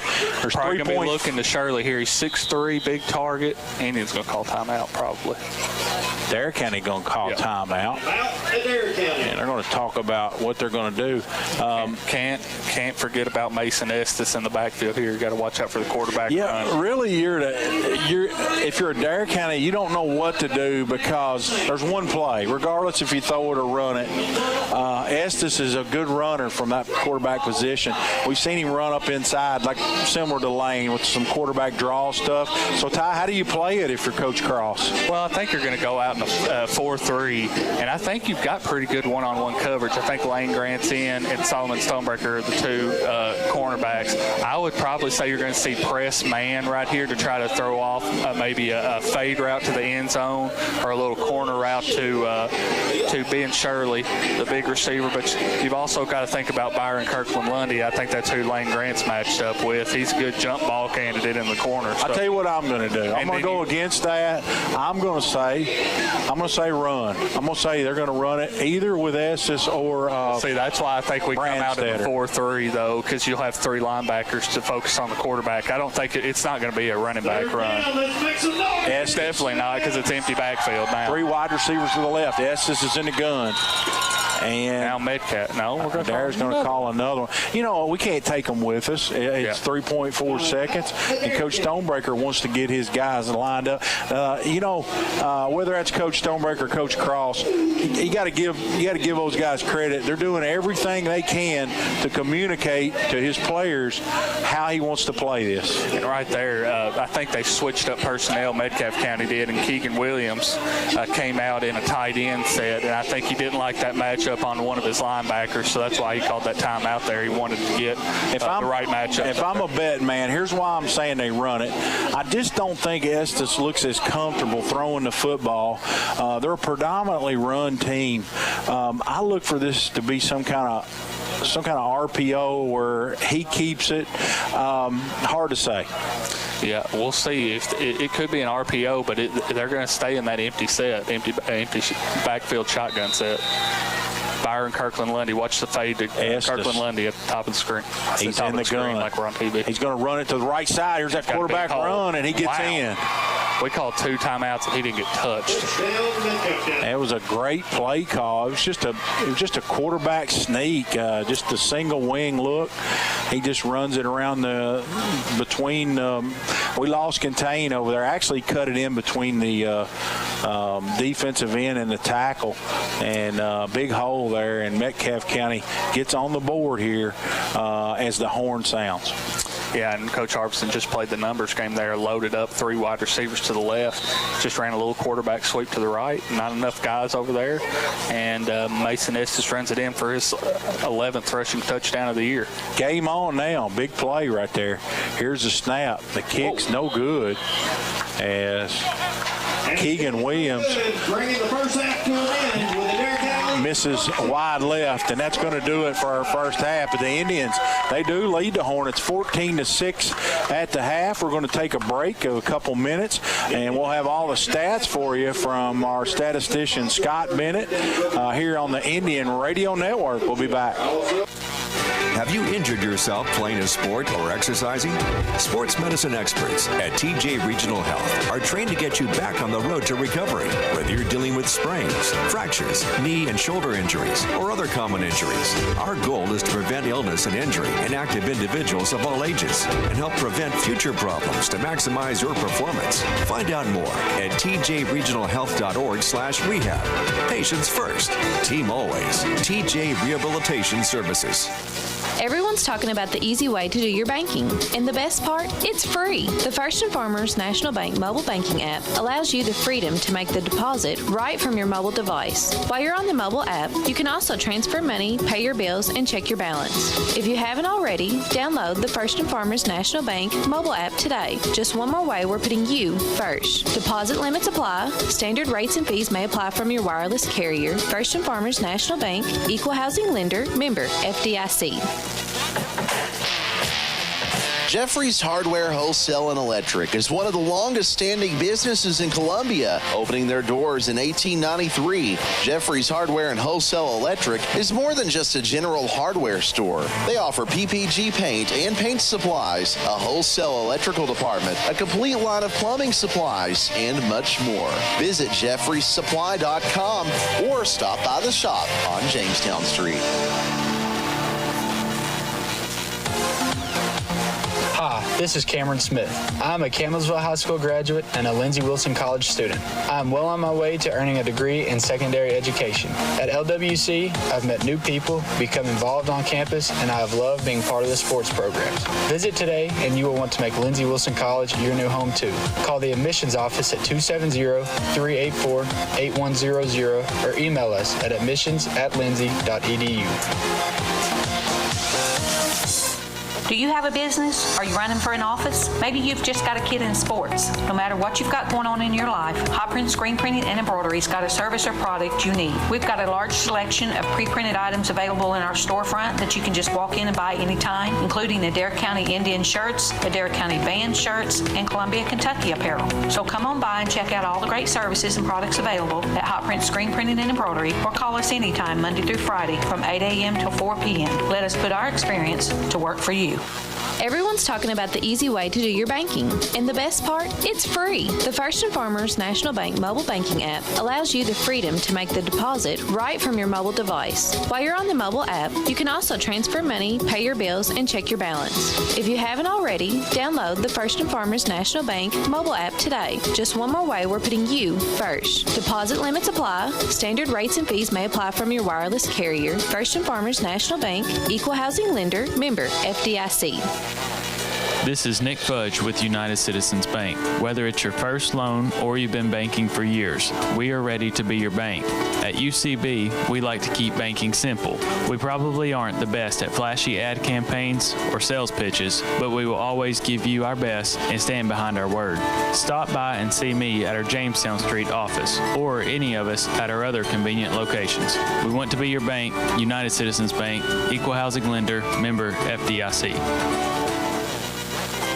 Kentucky Sanitation Services is a waste management company with solutions tailored to each client's needs. They provide garbage dumpster services for your business, home, or farm, as well as a variety of roll-off boxes from 10 cubic yards all the way up to 40 cubic yards. They have containers that can handle any size job, from cleaning out your basement or for a large demolition project. Call 270-634-4637 or check them out on Facebook at Kentucky Sanitation Services.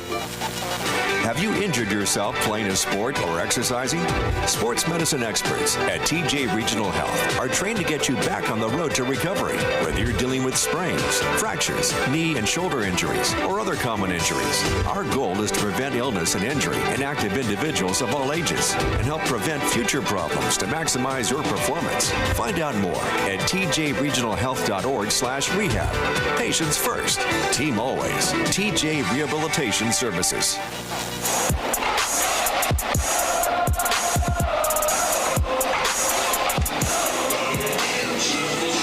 Welcome back to the campus of Adair County High School, where the Indians lead the Metcalfe County Hornets here at halftime 14-6. You're listening to the Tim Hardwick Don Franklin of Columbia halftime show. The Don Franklin family of dealerships work daily to provide you with the best experience possible while finding the right vehicle for your family. We'll get right into it, starting with the team stats for each team. Adair County has 11 first downs on the night to Metcalfe County's 6. Adair County was 3 of 4 on third down tonight to Metcalfe County's 1 for 5. Metcalfe County has gone for it on fourth down once, and they converted. Adair County has also went for it on fourth down once and failed to convert. Total offense tonight, the Indians lead the way so far here at halftime. 172 yards of total offense to Metcalfe County's 86. The Indians with 127 yards on the ground, 45 through the air. The Hornets 52 yards rushing and 34 through the air. In terms of penalties tonight, the Indians had the only 2 penalties on the night, 2 penalties for 20 yards. And let's see, in terms of time of possession, it's pretty even so far. 10 minutes even of total offense for Metcalfe County, 9 minutes and 34 seconds for the Indians. Now for some individual stats. Mason Estes for Metcalfe County was 6 of 10 through the air in the first half for 34 yards. Rushing-wise, they were led by Mason Estes, 5 carries for 31 yards and a touchdown. C.T. Brandstetter had 5 carries for 20 yards. Byron Kirkland Lundy had a carry for 1 yard. And Byron Kirkland Lundy leads the Hornets in receiving, 2 receptions for 19 yards. Ben Shirley, 3 catches for 10 yards. And Zach Perdue with the catch for 5 yards. For the Indians in the first half, Lane Grant, 5 of 8 through the air for 45 yards. And Dakota Morris and Lane Grant both with 61 yards of rushing. Dakota Morris with those 61 yards on 7 carries. Lane Grant has 11 carries for 61 yards. Shaden Miller also has a carry for 5 yards. In terms of receiving, Solomon Stonebreaker leads the way. 2 catches for 16 yards. Dakota Morris with a catch for 10 yards. Lane Grant with a catch for 8 yards. And Brylan White with a catch of his own for 11 yards. And that'll do it for our Tim Hardwick, Don Franklin of Columbia halftime show. We'll be back after a short break here. Again, Indians lead it 14-6 over the Metcalfe County Hornets. You're listening to the home for Adair County Sports, 93.5 WAIM. Ace is the place with the helpful hardware, folks. Why would you wander around a warehouse store looking for paint when you could just swing by your neighborhood Ace? In addition to Ace's award-winning service, we have top-rated paint brands. Plus, our color matching technology allows us to match any color. So stop wandering and start painting. Head to your neighborhood Ace today. Be sure to stop by Bird and Ace Hardware and check out the red hot buys of the month, like their Craftsman 12-gallon wet dry vacuum for only $89.99.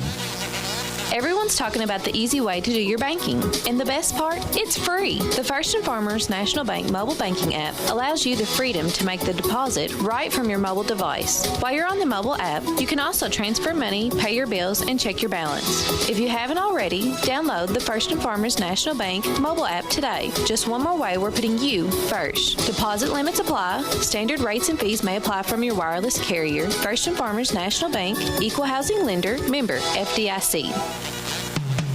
United Citizens Bank. This is Matt Loy with United Citizens Bank. Although I'm very proud of all the products and services we offer, the best thing we have to offer is good, old-fashioned customer service. It may seem like banking is moving to smartphones and computers, and while we can do that too, we don't think anything can replace a firm handshake and your confidence in our word. When you think personal service and customer-first banking, think UCB. United Citizens Bank, Equal Housing Lender, member FDIC.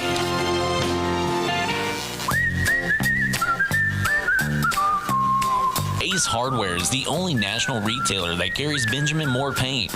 Now, Benjamin Moore's premium quality and huge selection of colors will be right in your neighborhood, along with the award-winning service and advice Ace has always provided for your paint projects. Around the block, what you need in stock with people who know their paint. Be sure to stop by Burton Ace Hardware and check out the Red Hot Buys of the Month, like their select Milwaukee hand tools and accessories for 15% off. Have you injured yourself playing a sport or exercising?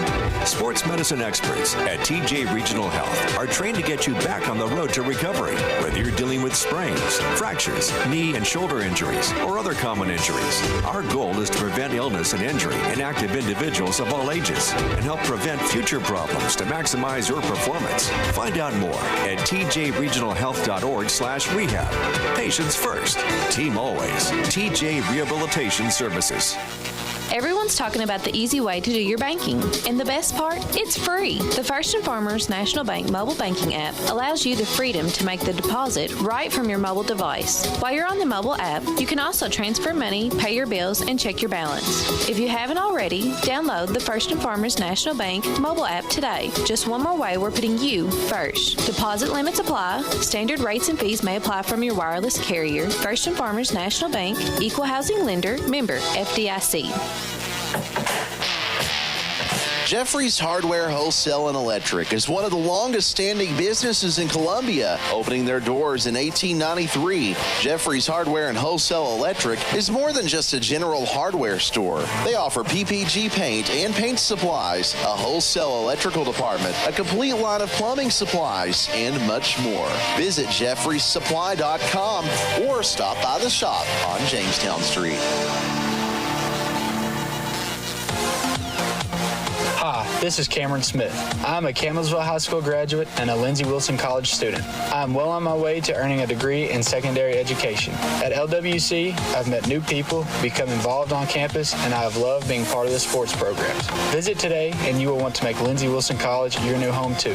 Call the admissions office at 270-384-8100 or email us at admissions@lindsey.edu. Do you have a business? Are you running for an office? Maybe you've just got a kid in sports. No matter what you've got going on in your life, Hot Print Screen Printing and Embroidery's got a service or product you need. We've got a large selection of pre-printed items available in our storefront that you can just walk in and buy anytime, including Adair County Indian shirts, Adair County band shirts, and Columbia, Kentucky apparel. So come on by and check out all the great services and products available at Hot Print Screen Printing and Embroidery, or call us anytime Monday through Friday from 8 a.m. till 4 p.m. Let us put our experience to work for you.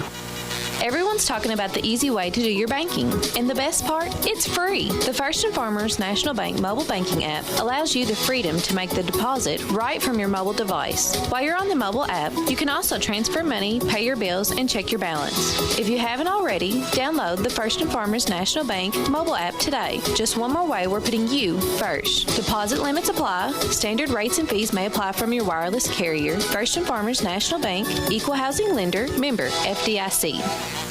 This is Nick Fudge with United Citizens Bank. Whether it's your first loan or you've been banking for years, we are ready to be your bank. At UCB, we like to keep banking simple. We probably aren't the best at flashy ad campaigns or sales pitches, but we will always give you our best and stand behind our word. Stop by and see me at our Jamestown Street office or any of us at our other convenient locations. We want to be your bank, United Citizens Bank, Equal Housing Lender, member FDIC. Kentucky Sanitation Services is a waste management company with solutions tailored to each client's needs. They provide garbage dumpster services for your business, home, or farm, as well as a variety of roll-off boxes from 10 cubic yards all the way up to 40 cubic yards. They have containers that can handle any size job, from cleaning out your basement or for a large demolition project. Call 270-634-4637 or check them out on Facebook at Kentucky Sanitation Services. Have you injured yourself playing a sport or exercising?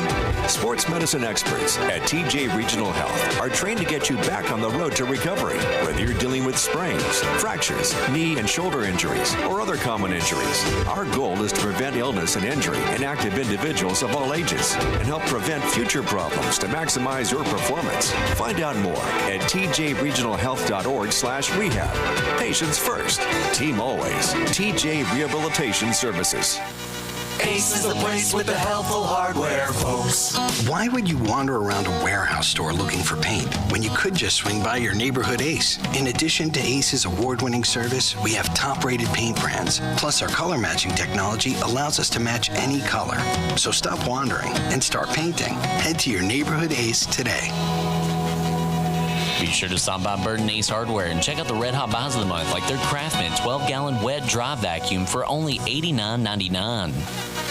Everyone's talking about the easy way to do your banking. And the best part? It's free. The First and Farmers National Bank mobile banking app allows you the freedom to make the deposit right from your mobile device. While you're on the mobile app, you can also transfer money, pay your bills, and check your balance. If you haven't already, download the First and Farmers National Bank mobile app today. Just one more way we're putting you first. Deposit limits apply. Standard rates and fees may apply from your wireless carrier. First and Farmers National Bank, Equal Housing Lender, member FDIC. United Citizens Bank. This is Matt Loy with United Citizens Bank. Although I'm very proud of all the products and services we offer, the best thing we have to offer is good, old-fashioned customer service. It may seem like banking is moving to smartphones and computers, and while we can do that too, we don't think anything can replace a firm handshake and your confidence in our word. When you think personal service and customer-first banking, think UCB. United Citizens Bank, Equal Housing Lender, member FDIC.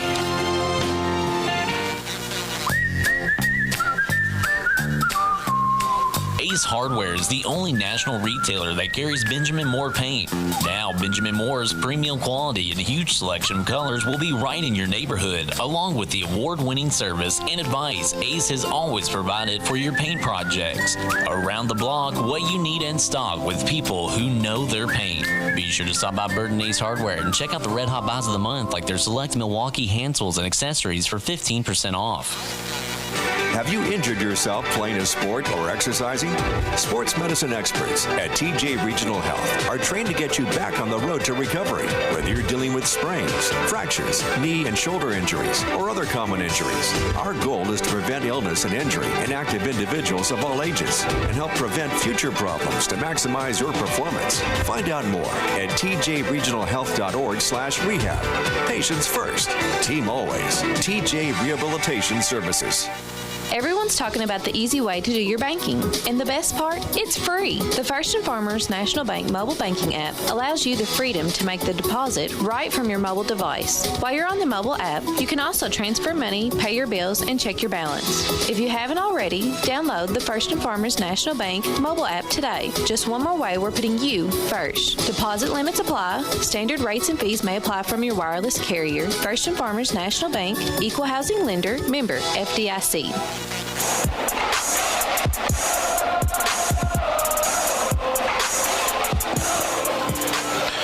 Metcalfe County scores right at the buzzer, the horn, to end the second half. It was the last play before the half.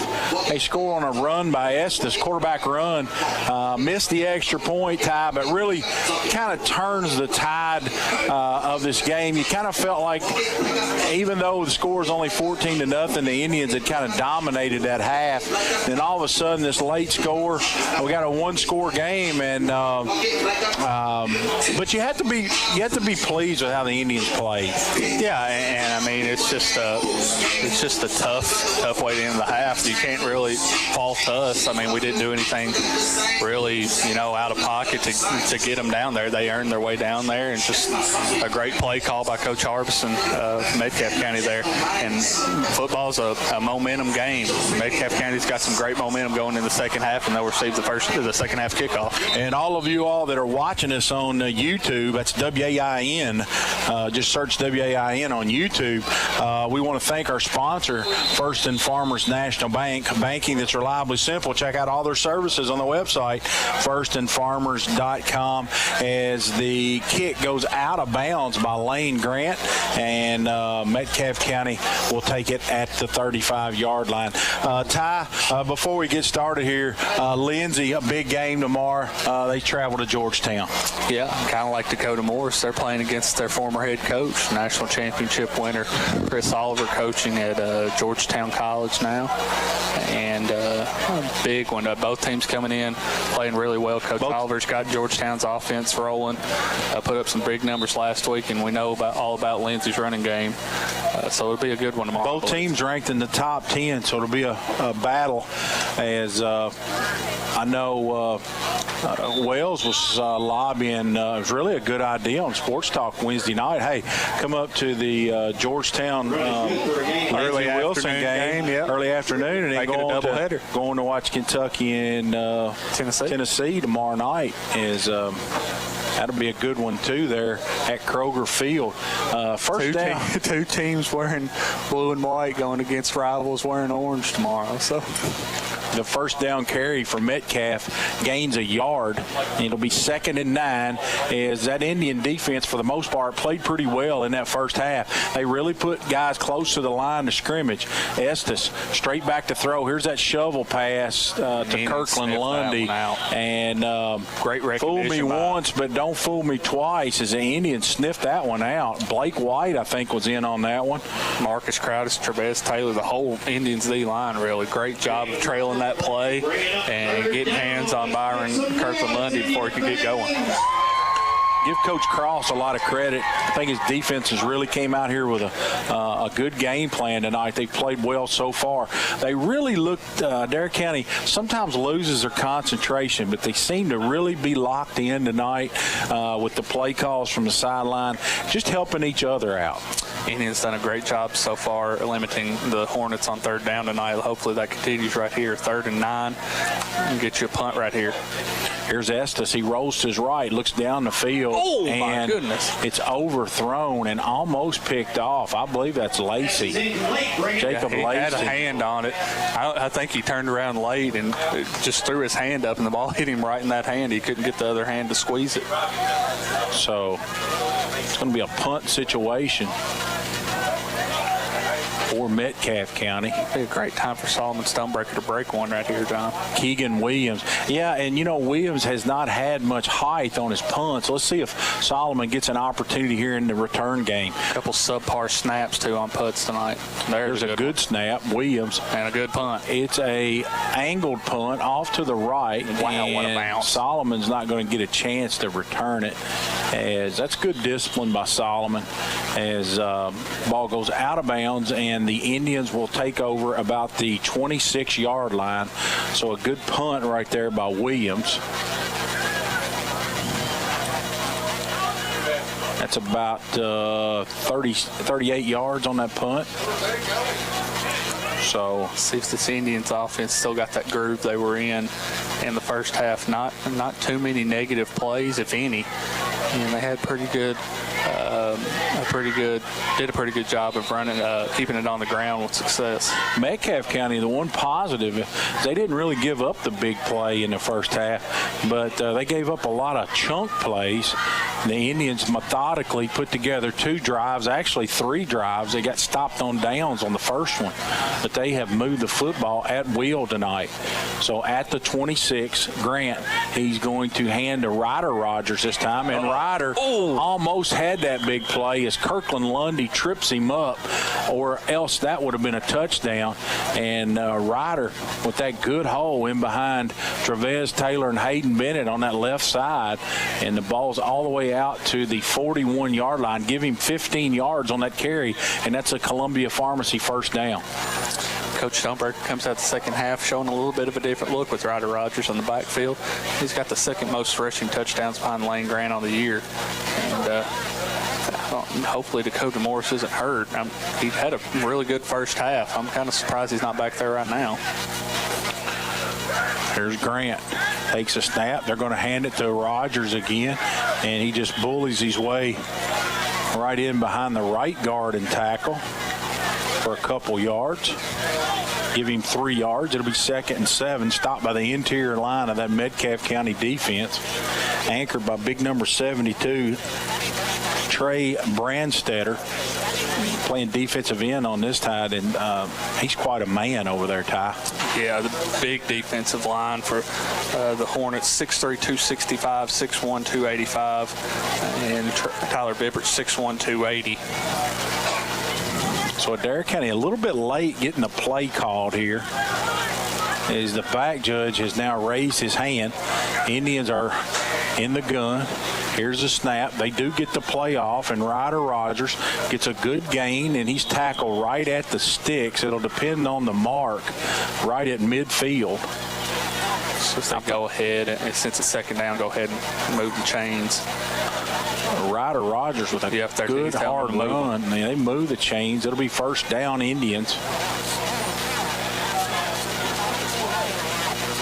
Let's see if we can get Stonebreaker and Smith loose in this passing game here.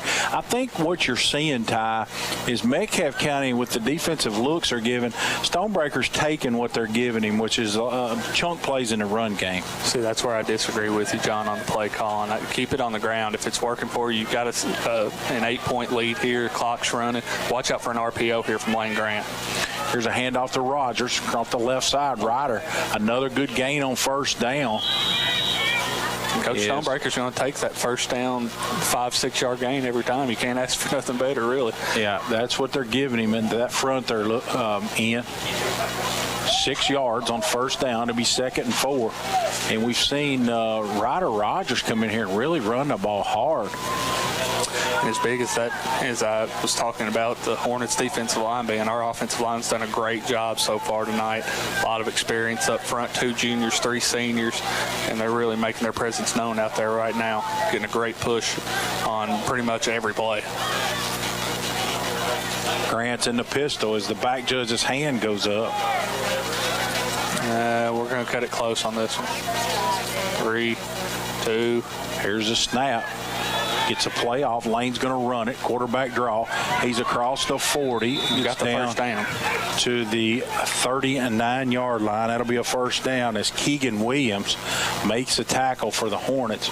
And again, as Ty said, another medium gain in the run game. It moves the chains, keeps the clock running. Indians with a 14-6 lead and driving.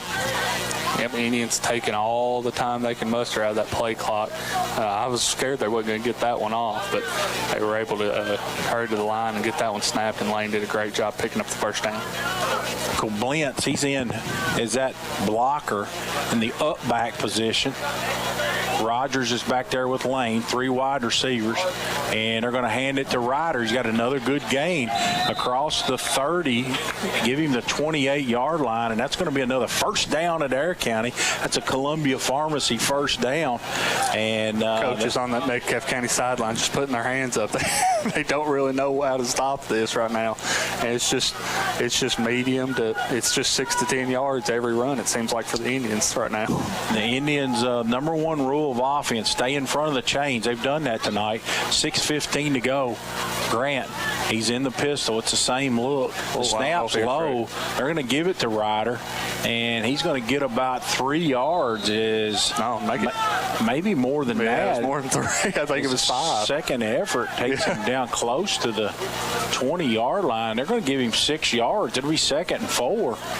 And even the short runs, the ones that look short anyway, are going for 5 yards. yard. Give Smallwood a lot of credit. Biscuit White on that side. They're all blocking well. And we found something that Adair County offensive line, we're just they're putting us on their back tonight, is most of the damages came via the run game. Lane's just now coming from the sideline with the play. Stonebreaker, he's one-on-one to the left. He's got single coverage over there. And here's Lane. He's going to fake the handoff. He cuts it back inside. Number 68 was in on the stop. That's 69, excuse me. That's Neal. And I thought he got maybe 1 yard, and there we go. Moved it back a little bit. I thought there's no way he got 3 yards out of that. Give him a yard. As Adair County tried to go around the left end, that one didn't work. It'll be 3rd and 3 for the Indians. The ball's at the 23-yard line. They're obviously in 4-down territory here. They don't have a kicker. 2 plays to gain 3 yards. I think we can do it, judging by how we ran the ball. We want to shout out tonight to Perry and Becky Corbin. They're up in Ohio. They're listening and watching, I'm assuming. And we appreciate you all tuning in to the Indian Radio Network, as the Indians have played some good football so far tonight. Here's a quarterback draw by Grant and move the chains. Another Columbia Pharmacy first down. As looked like Lane was stopped, but again, that burst. Ty, we've seen it where he puts that foot in the ground and just really runs it hard up inside. Forward. Yeah, all those Indian runners seem to lean forward and get that extra yard or two as they're going to the ground. And slowly but surely, this drive is eating up a lot of this third quarter. As we're at 4 minutes, this snap will be under 4. 14-6, Indians lead it. Ryder Rogers is back there with Grant in the gun. They've got Koblentz in the up back position. 1 wide receiver to the right. That's Stonebreaker. 2 to the left. Grant, 1st and 10. He gets the snap, and he's going to hand it to Rogers off the left side. Ryder with a good gain all the way inside the 5. Depending on where they spot it, that's another first down for the Indians. It's going to be on the 6 or 7, judging by the near side referee. I'm going to go with you because your eyes are a lot better than mine. As we'll try to focus in on the clock. We can cheat a little bit. No, they gave him the 5. You were right. So it's going to be 1st and goal. The clock says the 5. We basically don't have lines on this field at this point. Yeah, the field is really faded, and I know with the Bermuda you get some periods of dormancy. It's really light, and the lines look really light to me. It's really hard to follow the markings of the ball. 1st and goal for the Indians. Grant. Here's a pass, and that really surprises me, as the Indians had 9 or 10 runs in a row. If we're going to do that, I'd rather do it on 1st down, I guess. There's a pass. That does shock me. I don't know. Batted right back in Lane's face. It'll be 2nd and 10. As Steve Stonebreaker is signaling in the play. Clock stopped. I really hope this is a run. 2:59. It needs to be a run. Whether it will be or not, I don't know, but it needs to be. Here's a handoff to Rogers right behind right guard, and he can't get there. That's, again, number 72. That's Brandstetter. It's going to set up 3rd down, and I don't think he gained much. The down marker has not moved, so we're going to say 3rd and goal from the 5. No gain for Adair County.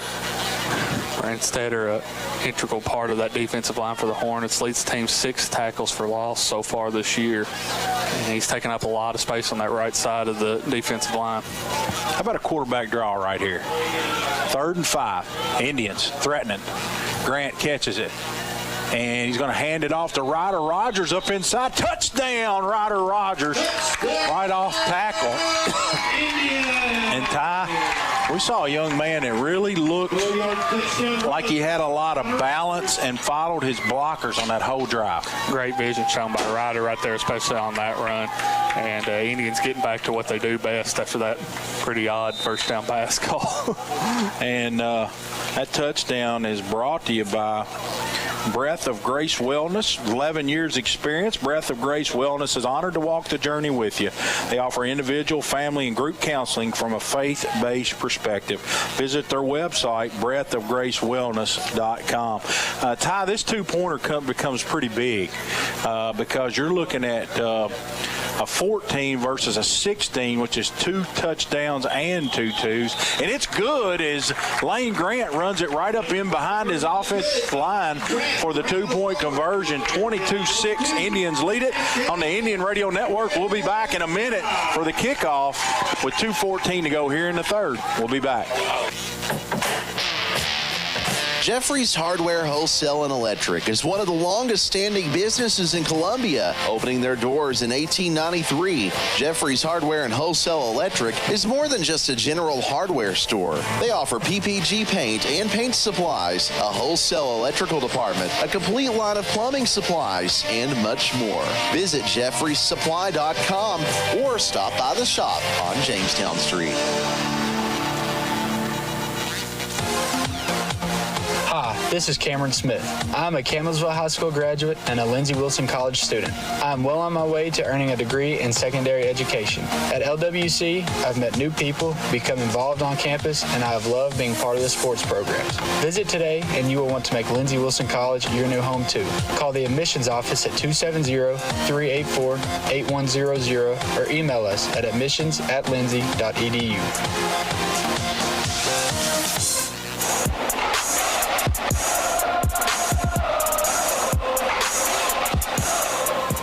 Patterson receives the kickoff at the 15, and he gets drilled right at the 25-yard line. And that's going to be Timmy Strevel on the special teams coverage. And that's one of the best jobs we've seen all year. Lane actually got some length on that kick, had a little height on it, fielded about the 15, and Timmy Strevel finishes it up. Nice of Lane to show that now when he wish he'd been doing it all year. We've just been giving the ball to people on the 35, but great coverage there by Timmy Strevel in his last home game here. And I believe Braden Bennett was in on that stop as well. And if I'm not mistaken, he's a freshman, and he is. So Metcalfe County now down 16, 2:09 to go here in the third as they take over at the 25. They're going right to left on your dial. Estes, he's going to throw it wide to the right and over his intended target, Ben Shirley's head. And that's a tough throw to make right there, John. When you have to throw it from this hash all the way to the far sideline, that was quite a lengthy throw. And those throws are hard on NFL quarterbacks, much less high school quarterbacks who don't throw it a lot. So the clock stops with 2:05 to go, 22-6, 2nd and 10 for the Hornets. Yeah, and being down this much with this much time left really doesn't lend itself to being good for the Hornets. Not a very explosive offense. They have trouble throwing the ball at times, so Indians just need to keep everything in front of them right here and make sure they tackle. Here's Koblenz, comes on the blitz, and Estes gets drilled, and Travis Taylor, Solomon Stonebreaker, Aiden Smith, they were head hunting right there. Byron Rogers, everybody was. Byron Rogers in on that one too. Bringing up third down. Let's make some noise. Byron flying around tonight. His final game here at Indian Field. He's going to set up third. Give him 4 yards on that carry. It'd be 3rd and 6. John, we need to get this field a name. We really do. Yeah, it really adds to the broadcast, when you can say, hey, we're bringing this to you from Ty Bennett Field or something like that. John Shelley Stadium sounds a lot better to me. Put up the money, John. A screenplay to number 3, and he's going to get the first down. That's C.T. Brandstetter, and a good tackle right there by Biscuit White. Biscuit's asking for a break. Yeah, Biscuit come all the way from that defensive end spot and sniffed the screen out on the other side of the field. What an effort by Biscuit right there. And not before Brandstetter got the first down, but that could have went for a lot more. It was a middle screen. 2 wide receivers to the left. one to the right. Got Purdue matched up with Ryder Rogers right There's a handoff to Brandstetter, and he's got a good gain as Wilson. Yeah, you can't arm tackle him. Tries to wrap him up. Brandstetter comes busting out of the pack. He's all the way down to the Adair County 40. Dylan Wilson had him at the Metcalfe County 45. Give him another 15 yards as he had 3 Indians on his back just dragging them, Ty. I think he drove about 3 Indians 15 yards down the field. C.T. Brandstetter, 6'2", 233. He is a massive back there at any level.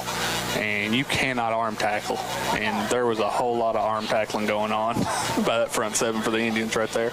The clock in high school, it will stop after first downs. They've changed the rule in college. It only stops the last 2 minutes of both halves to move the chains. So Metcalfe County, probably the last play of the quarter, 11 seconds. Here's Estes with a deep ball down the right side to Kirkland Lundy. And he catch that? Let's see. Incomplete as it's broken up over there by Stonebreaker.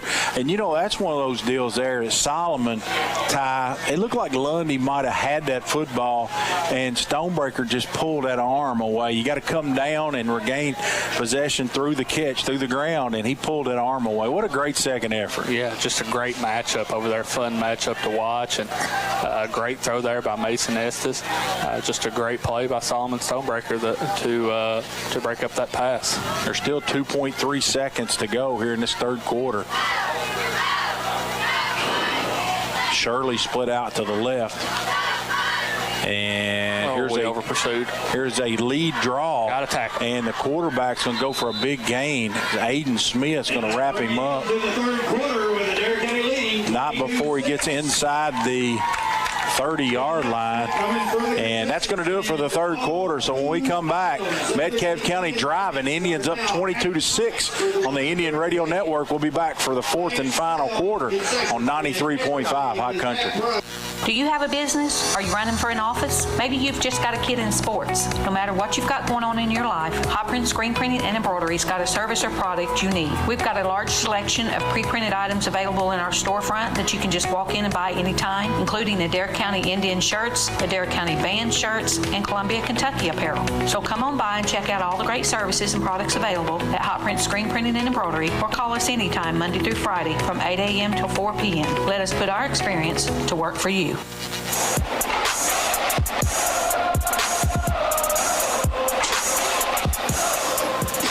We're back, and Ty, we got a couple scores we'll share here, the last scores that I've gotten. Let's see here. Whole crowd getting rickrolled right now, John. 14-14 Metcalfe County and 14-14 Hart County and Camelsville in that one. 6:45 left in the third. Of course, it's 22-6 here. Indians lead it. Somebody said Taylor County was 36-0 over Green at the half, so that score kind of surprises me, and that's all the updates I have at the moment. Here's a handoff to Brandstetter. He's got good yardage as Biscuit White and also Carnes in on that tackle, but not before a first down for Metcalfe County. Actually, they're going to say it's a half yard short. It'll be 2nd and 1 for the Hornets.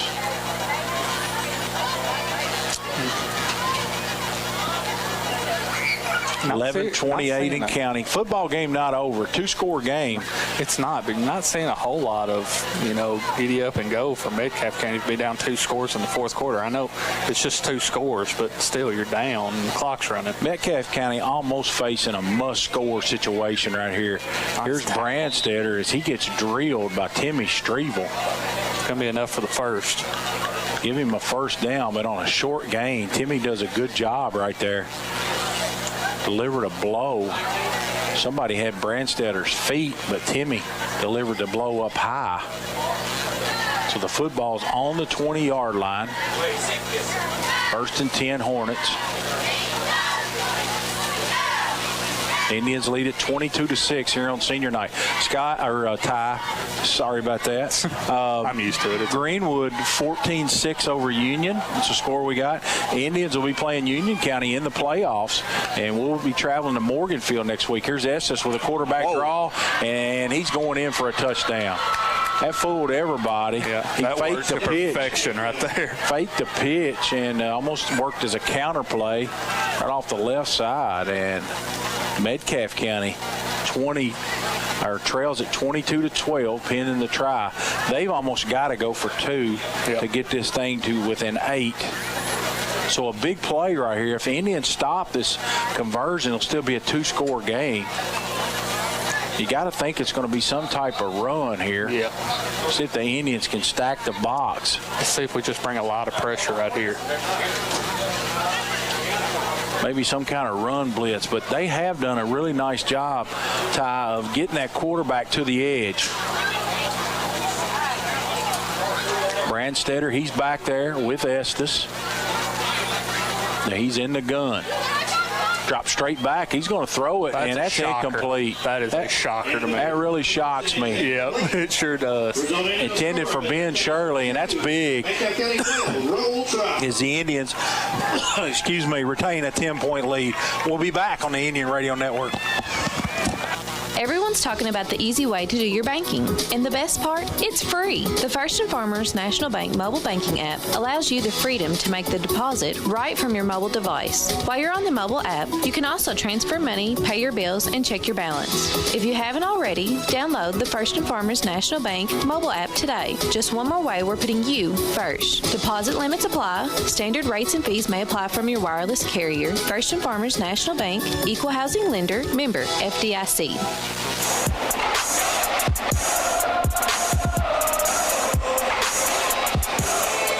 We want to thank our second half sponsor, brought to you by Grissom Martin Funeral Home, a quality funeral home in Columbia offering caring arrangements that realize that a funeral is as much for friends and family as it is for the deceased. Visit their website at grissommartin.com. We want to thank David and Kathy, as they've always supported Adair County Schools in a lot of different ways, and they support our broadcast of the sporting events. Tied 22-12. What's you feel like right here? You feel like the Indians have control, but again, it's always tight when you play Metcalfe. And Metcalfe converted a successful onside kick last week against Greene County. It'll be coming to our near side, which will be the right side of the field if you're behind the kicking unit here. So Williams to move on the football.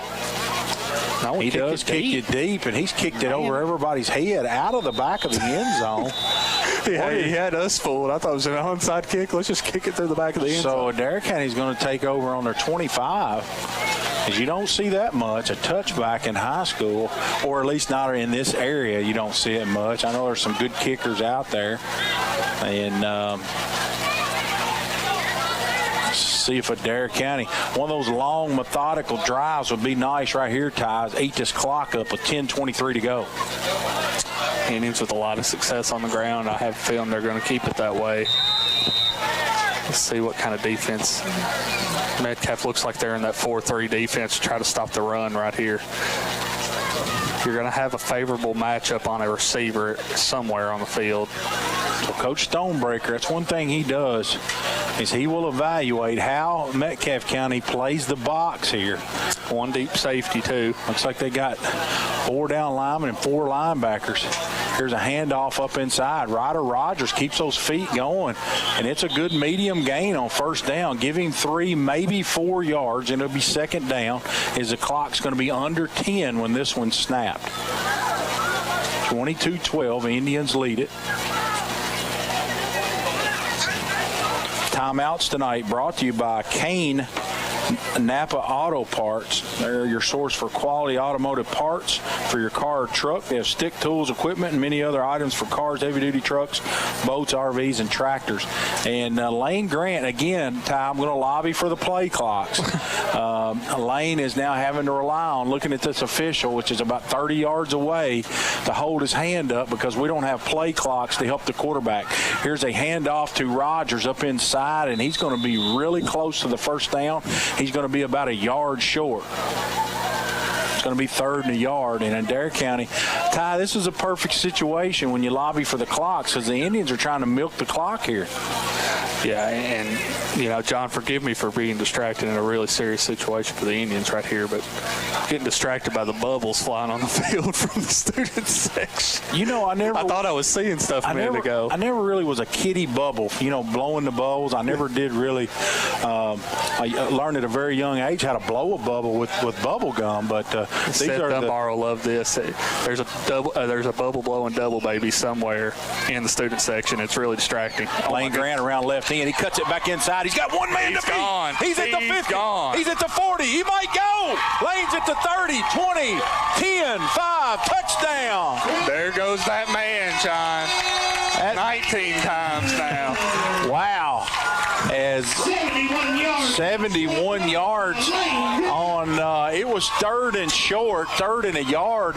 Lane put his head down, and Ty, we talk about run after catch. How about run after contact? He took quite a blow about 5 yards past the line to scrimmage. He had the first down, but he didn't go down. And then we saw him make a great move in the middle of the field. Yeah, we know Lane Grant's not going down after first contact. He did a great job of absorbing that hit and almost using it as an advantage. It knocked him back into the middle of the field where nobody was. He was able to make one cut, and he was gone. Adair County's going to go for 2, and looked like Metcalfe County maybe got into the neutral zone. Be half the distance, so the Indians will retry. They're going to move it closer. And Ricky Roy has been spot on tonight with his music between quarters, with timeouts. I got to give Ricky a little praise. I mean, and it's been the genre back during our generation. You mean you didn't enjoy swag surfing a minute ago? No, I'm more Eye of the Tiger. I'm Eye of the Tiger guy. And, 2 generations on this broadcast. See, I like swag surfing in Grove Street. You like Sweet Caroline, Eye of the Tiger. We also we cover all the bases. We had the here on this Kentucky Headhunters on there earlier too, and as Lane goes around the left end for a quarterback kind of a sneak out of the single wing look, and Lane trots into the end zone for the 2-point conversion, 30-12. We're going to take a break on the Indian Radio Network. We'll be back with the final 8:37 here at Indian Field. This is Nick Fudge with United Citizens Bank. Whether it's your first loan or you've been banking for years, we are ready to be your bank. At UCB, we like to keep banking simple. We probably aren't the best at flashy ad campaigns or sales pitches, but we will always give you our best and stand behind our word.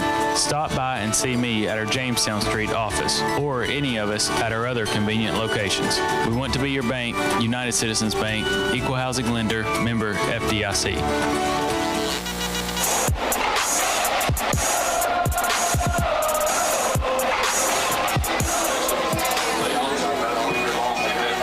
What an answer to that Metcalfe County touchdown. The Indians with a big play. We talked about the Hornet defense really not giving up the big play, but they did right there. Yeah, and I just go back to a really surprising decision by them not to onside right there. They've been pretty successful with it. They got one last week against Greene County. I'm shocked they kicked that ball deep. Their defense hadn't really stopped us all night. And Lane kicks it off, but we got a flag, and I think Adair County crossed the line to scrimmage prior to the ball being kicked. That'll move them back 5. Lane Grant done a really good job of keeping it away from Byron Kirkland Lundy tonight. We know how explosive he can be. Kickoff return for a touchdown already on the year and 2 punt returns, so he's electric when he gets the ball in his hands, and we've done a great job of keeping it away from him so far.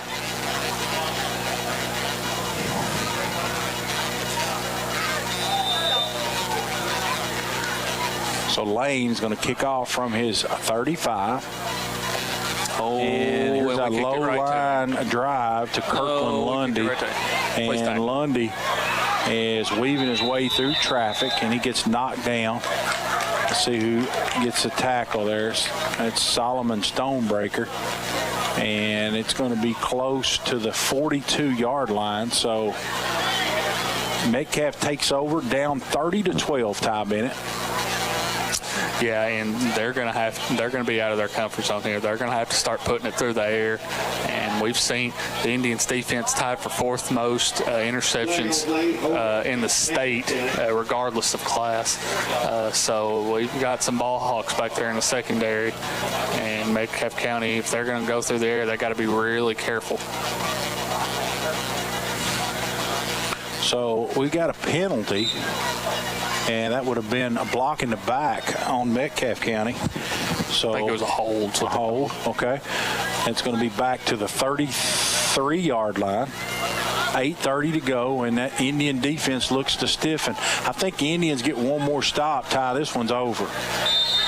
And we got a timeout. Adair County I think they're missing a player. I think they only had 10 guys on the field. Man, I only counted 8. Well, here comes both Crowdises off the bench. I'm not sure what happened. 1, 2, 3. Coach Cross. I think we got 11 now. I think we only had 8 guys on the field. Well, this ain't an 8-man team. We had a couple guys that, I mean, they thought they earned a cup of coffee there. I mean, they scored that touchdown. They were over here. We hadn't scored that quick all night. They were over here Speaking of, I'm poor-mouthing again, but if anybody in the concessionary has any black coffee, I don't like anything in my coffee. I just I like it. I like it this time of night. I like motor oil this time of night. And matter of fact, if nobody hears my cry, my needy cry, I'm probably going to stop somewhere and get me a cup on the way home. This late, man? You can go to sleep after drinking right. coffee? Now, I didn't say I had to have caffeine. Oh, I'm a decaf. decaf guy. Decaf motor oil? That's even worse. Ty, with your job, do you drink any coffee throughout the day? I'm not a huge coffee guy. I've drank it before. It's very rare when I drink coffee. I got to be really tired. That's the one thing I really miss. Here's a reverse and a great play. I think that was a tackle by accident. That was Deshaun Crowdis. Deshaun Crowdis, number 22. That's Ben Shirley on the reverse. And Crowdis, we're going to give him credit. He slipped and fell, and I think he threw his arm out to catch himself and tripped the guy coming by. That was a great play. Is a big time loss. It's going to be they're going to say a 13-yard loss. It's going to be 2nd and 23. And that's a huge play because the Indians get one more stop. I'm going to say this thing's going to be over. 7:52. The clock's running. What a play right there by Crowdis. I'm going to put that in my game notes when I ask Coach Stonebreaker, Deshaun.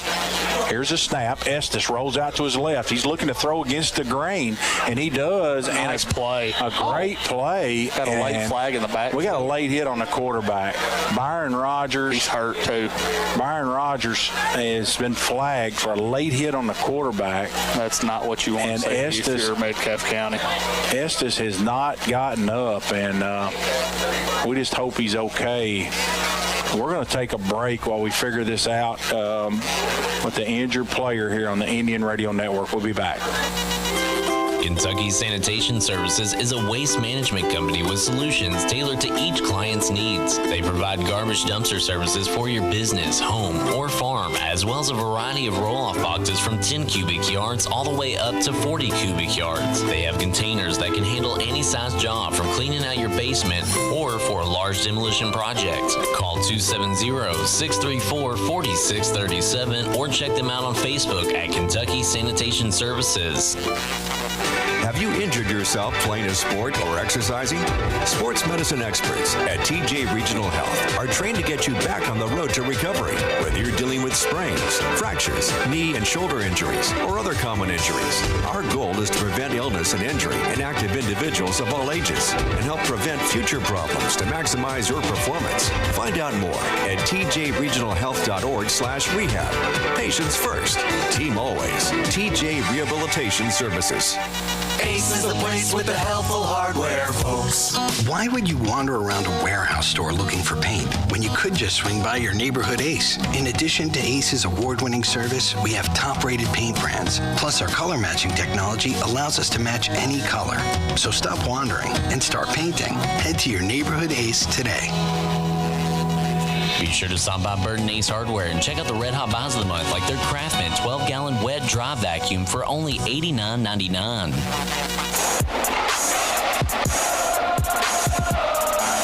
Joseph Caven. They've handed off to Branstetter. Oh, boy. Caven, Here we go. Caven is in at quarterback, and we got another late flag after the play.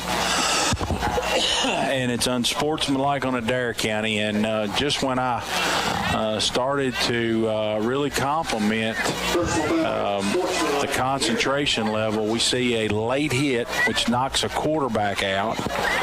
And now an unsportsmanlike. They didn't say who it was against, but somebody obviously said something they didn't need to say, and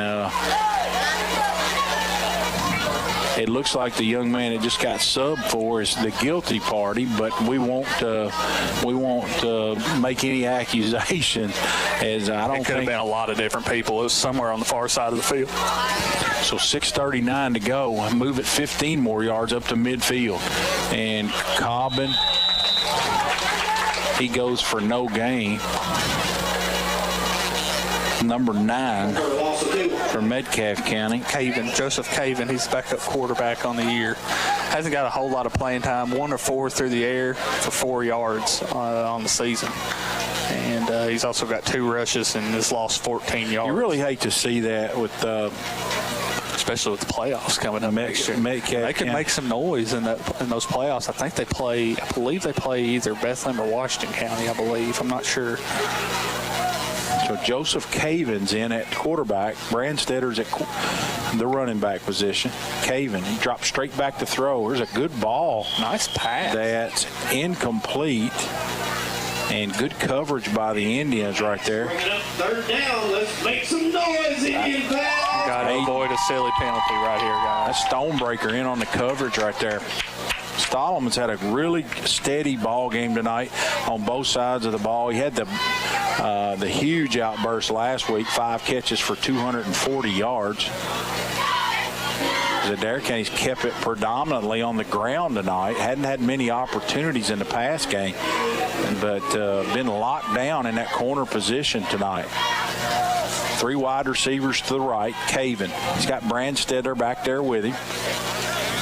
See if Deshaun Crowdis pins his ears back right here. Here's a snap. And I think Estes is back in. Here's a pass. It's complete to number 30. See if we got a number on him. About a yard short. Or that's number 20. Gain is good for 10. Bring it up. Colton DeVore. Yep. Colton DeVore with the catch. And looked like Ryder Rogers was in on that tackle.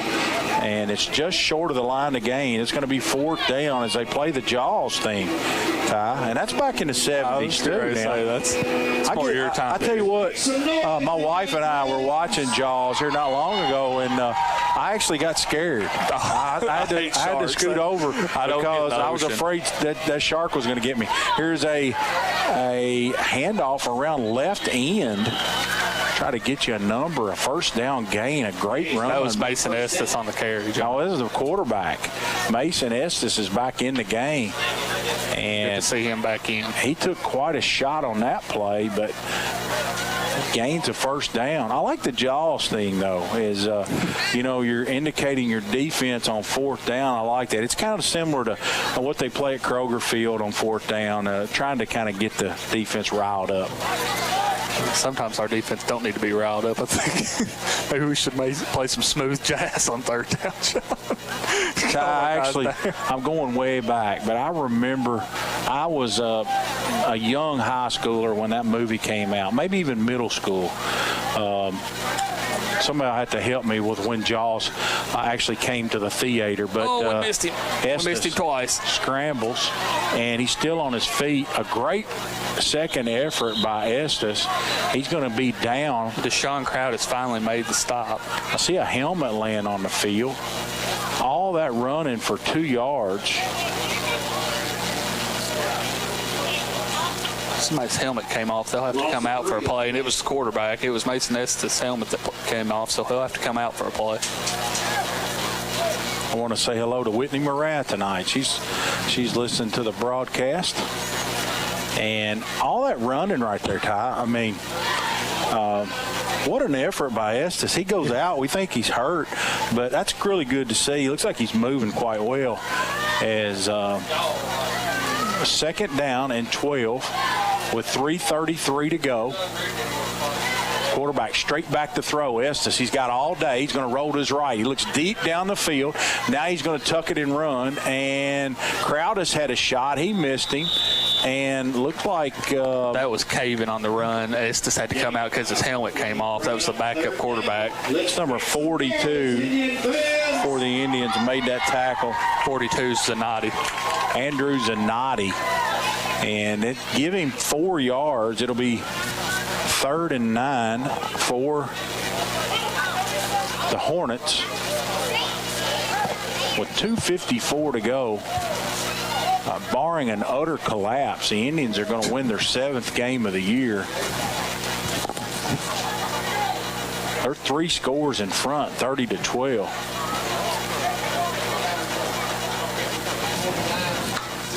Here's a snap. Estes.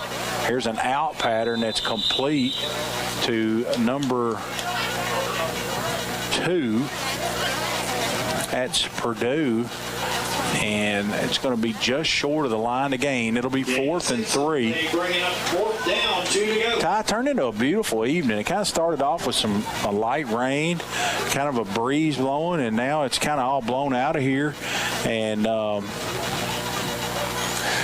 that's for really a football guy, it's perfect weather. Yeah, really the only, maybe the second time we've had adverse weather, and it didn't even rain during the game, kind of like the Bethlehem game over at Marion County early in the year. Rained before the game, but the rain stopped once play started. Here's Estes on the carry, and he's going to get the first down, but the Indians will be fine with that. The ball's inside the 20, and the clock will keep moving. We'll see if the Hornets will use a timeout. They'll stop the clock to move the chains.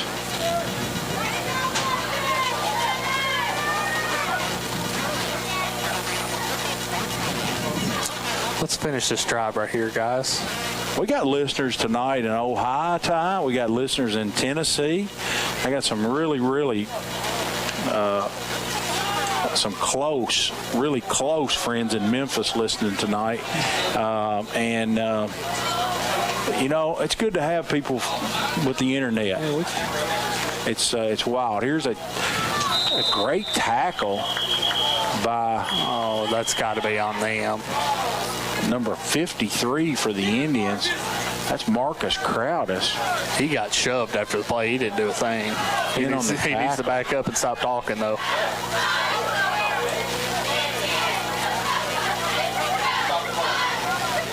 And L.J. Harbison is not happy. Yeah, I think he saw that shove, too.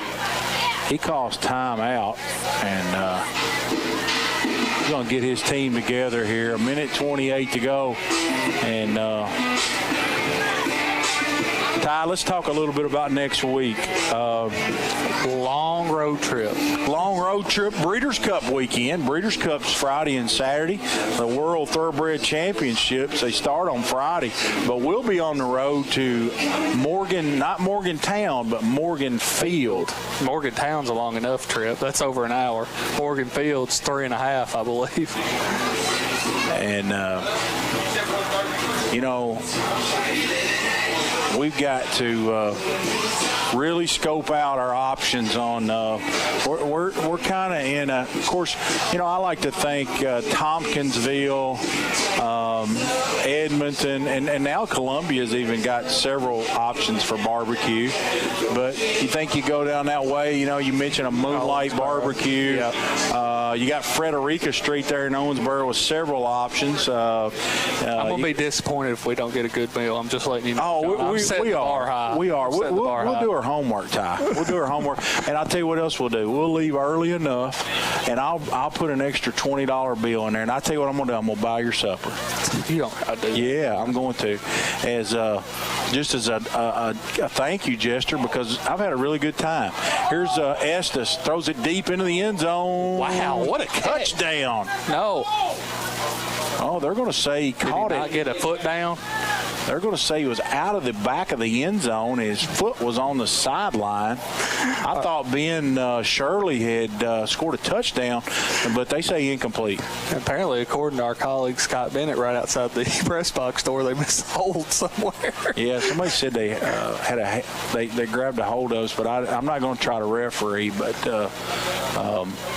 Scott must be back to our options. We got several options. We can do the wing route. We can do barbecue route. Steak is even an option. Like a Walden's would kind of be on the way. Another option. Don't tempt me. Got several options.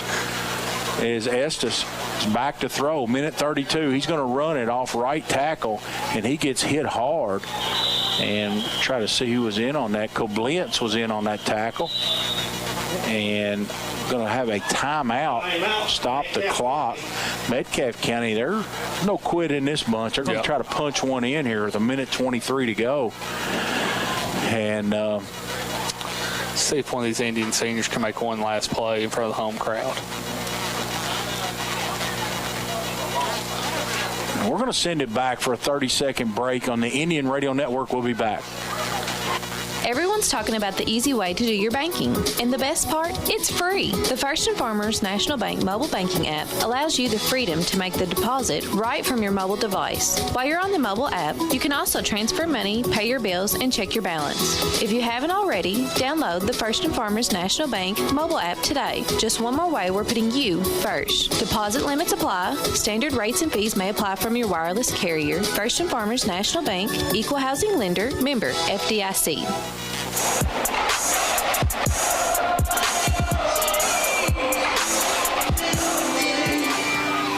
And Ricky Roy's still in control of the music tonight. Some throwback here. John, I do want to request. I know a lot of you all listening have John Shelley's phone number because his phone's over here blowing up like he's Adam Schefter, like he's an NFL insider. You can chime in on places between here and Morganfield to eat. Yeah, let's get everybody involved. Let's open it up. I'm all for let's open it up. Exactly. Estes rolls out to his left. Minute 23 to go. Now he's going to tuck and run it. He's got the first down. What a great play by Morris. That's not a penalty. And they're going to say Morris grabbed the horse collar. We've seen a Dakota Morris tonight flying around, and I don't know if it's because he's playing his former team, but he has really looked good tonight in all phases there on the defensive side. He's gotten some snaps on the defensive side tonight. Yeah, and he's going to get an unfortunate personal foul penalty. That I don't know about that one. I think that just happened to be on Metcalfe County's sideline, and they gave him a favorable call there. That wasn't much. That looked like he just grabbed him by the jersey and slung him down, which is legal. He didn't grab his horse collar, I don't think, or a face mask. And we want to thank First & Farmers for their streaming sponsor tonight. We want to thank Austin Armstrong for running the camera, as we have had some really good compliments. And touchdown Estes as he runs it in off right tackle with 1:09 to go. We've had quite a few compliments on the quality of the video, Ty. It's I know the station invested in a really nice camera system and put a lot of time in it, and I think a lot of people are enjoying that. Yeah, sorry, I was talking to Scott there, John, but the station really invested in the broadcast this year, and especially in the streaming, taking our broadcast to the next step. And we really appreciate Leanna Bennett, my sister-in-law, Austin Armstrong, Jared back in the station for all the time they put in and the investment they put into us. And the 2-point conversion is no good, and we have a late personal foul penalty. Well, it's all unraveled for the Indians in the last. That's unsportsmanlike. That's not a person. In the last 6 minutes. Unsportsmanship. And, this is just really unfortunate. You play a great game, and you get 4 15-yard penalties in the last 6 minutes. It hadn't been the whole game. It's just been the last little bit, Ty. Yeah, and after that hit on the quarterback, I think the referees kind of got on tilt a little bit, and they were kind of looking a little bit harder for some things. So I don't know how much. Both teams were separated going back to their sideline. I don't really know why that flag was thrown, just to be honest with you. I'm sure somebody said something, but it was. You don't want to hear players say those words, but people in the real world talk like that. I mean, yeah, it was something disrespectful, I think, or the official wouldn't have thrown the flag. But both teams, Metcalfe was headed back to their sideline. The Indians were headed back to their sideline. Then the flag comes out. So it wasn't a shove or something. It was obviously something verbal, something said. We want to thank all of our sponsors: Burton Ace Hardware, United Citizens Bank, TJ Health Columbia, Jeffries Hardware, Barger Insurance, Tim Hardwick, Don Franklin Columbia, and stay tuned for our post-game show in which Tim sponsors Columbia Pharmacy, Adair County PVA, Landon Edwards, with a scoreboard update of 30-18, Adair leading it. Breath of Grace Wellness touchdown. Grissom Martin Funeral Home, our second half sponsor. Downey Eye Clinic, Napa Auto Parts, Kane Auto Supplies, our timeout sponsor. TJ Health Columbia, our broadcast booth sponsor. McLean kicks it deep, and it's going to hit and kick out of the end zone, and that'll be a touchback as the ball was moved forward 15 yards, so the Indians will take over on their 20 with 1:09 to go. Napa Auto Parts, Kane Auto Supply, TJ Health Columbia, Lindsey Wilson College, Hot Print Screen Printing, First and Farmers National Bank, and Dual Broadband. And Ty, with Metcalfe County, they have one timeout, I think, remaining. I think that's correct. I don't think they have any. Either way, I think we should be able to kneel it. Run the clock out. So probably going to get in victory formation, I figure, here. We need another person. There we go.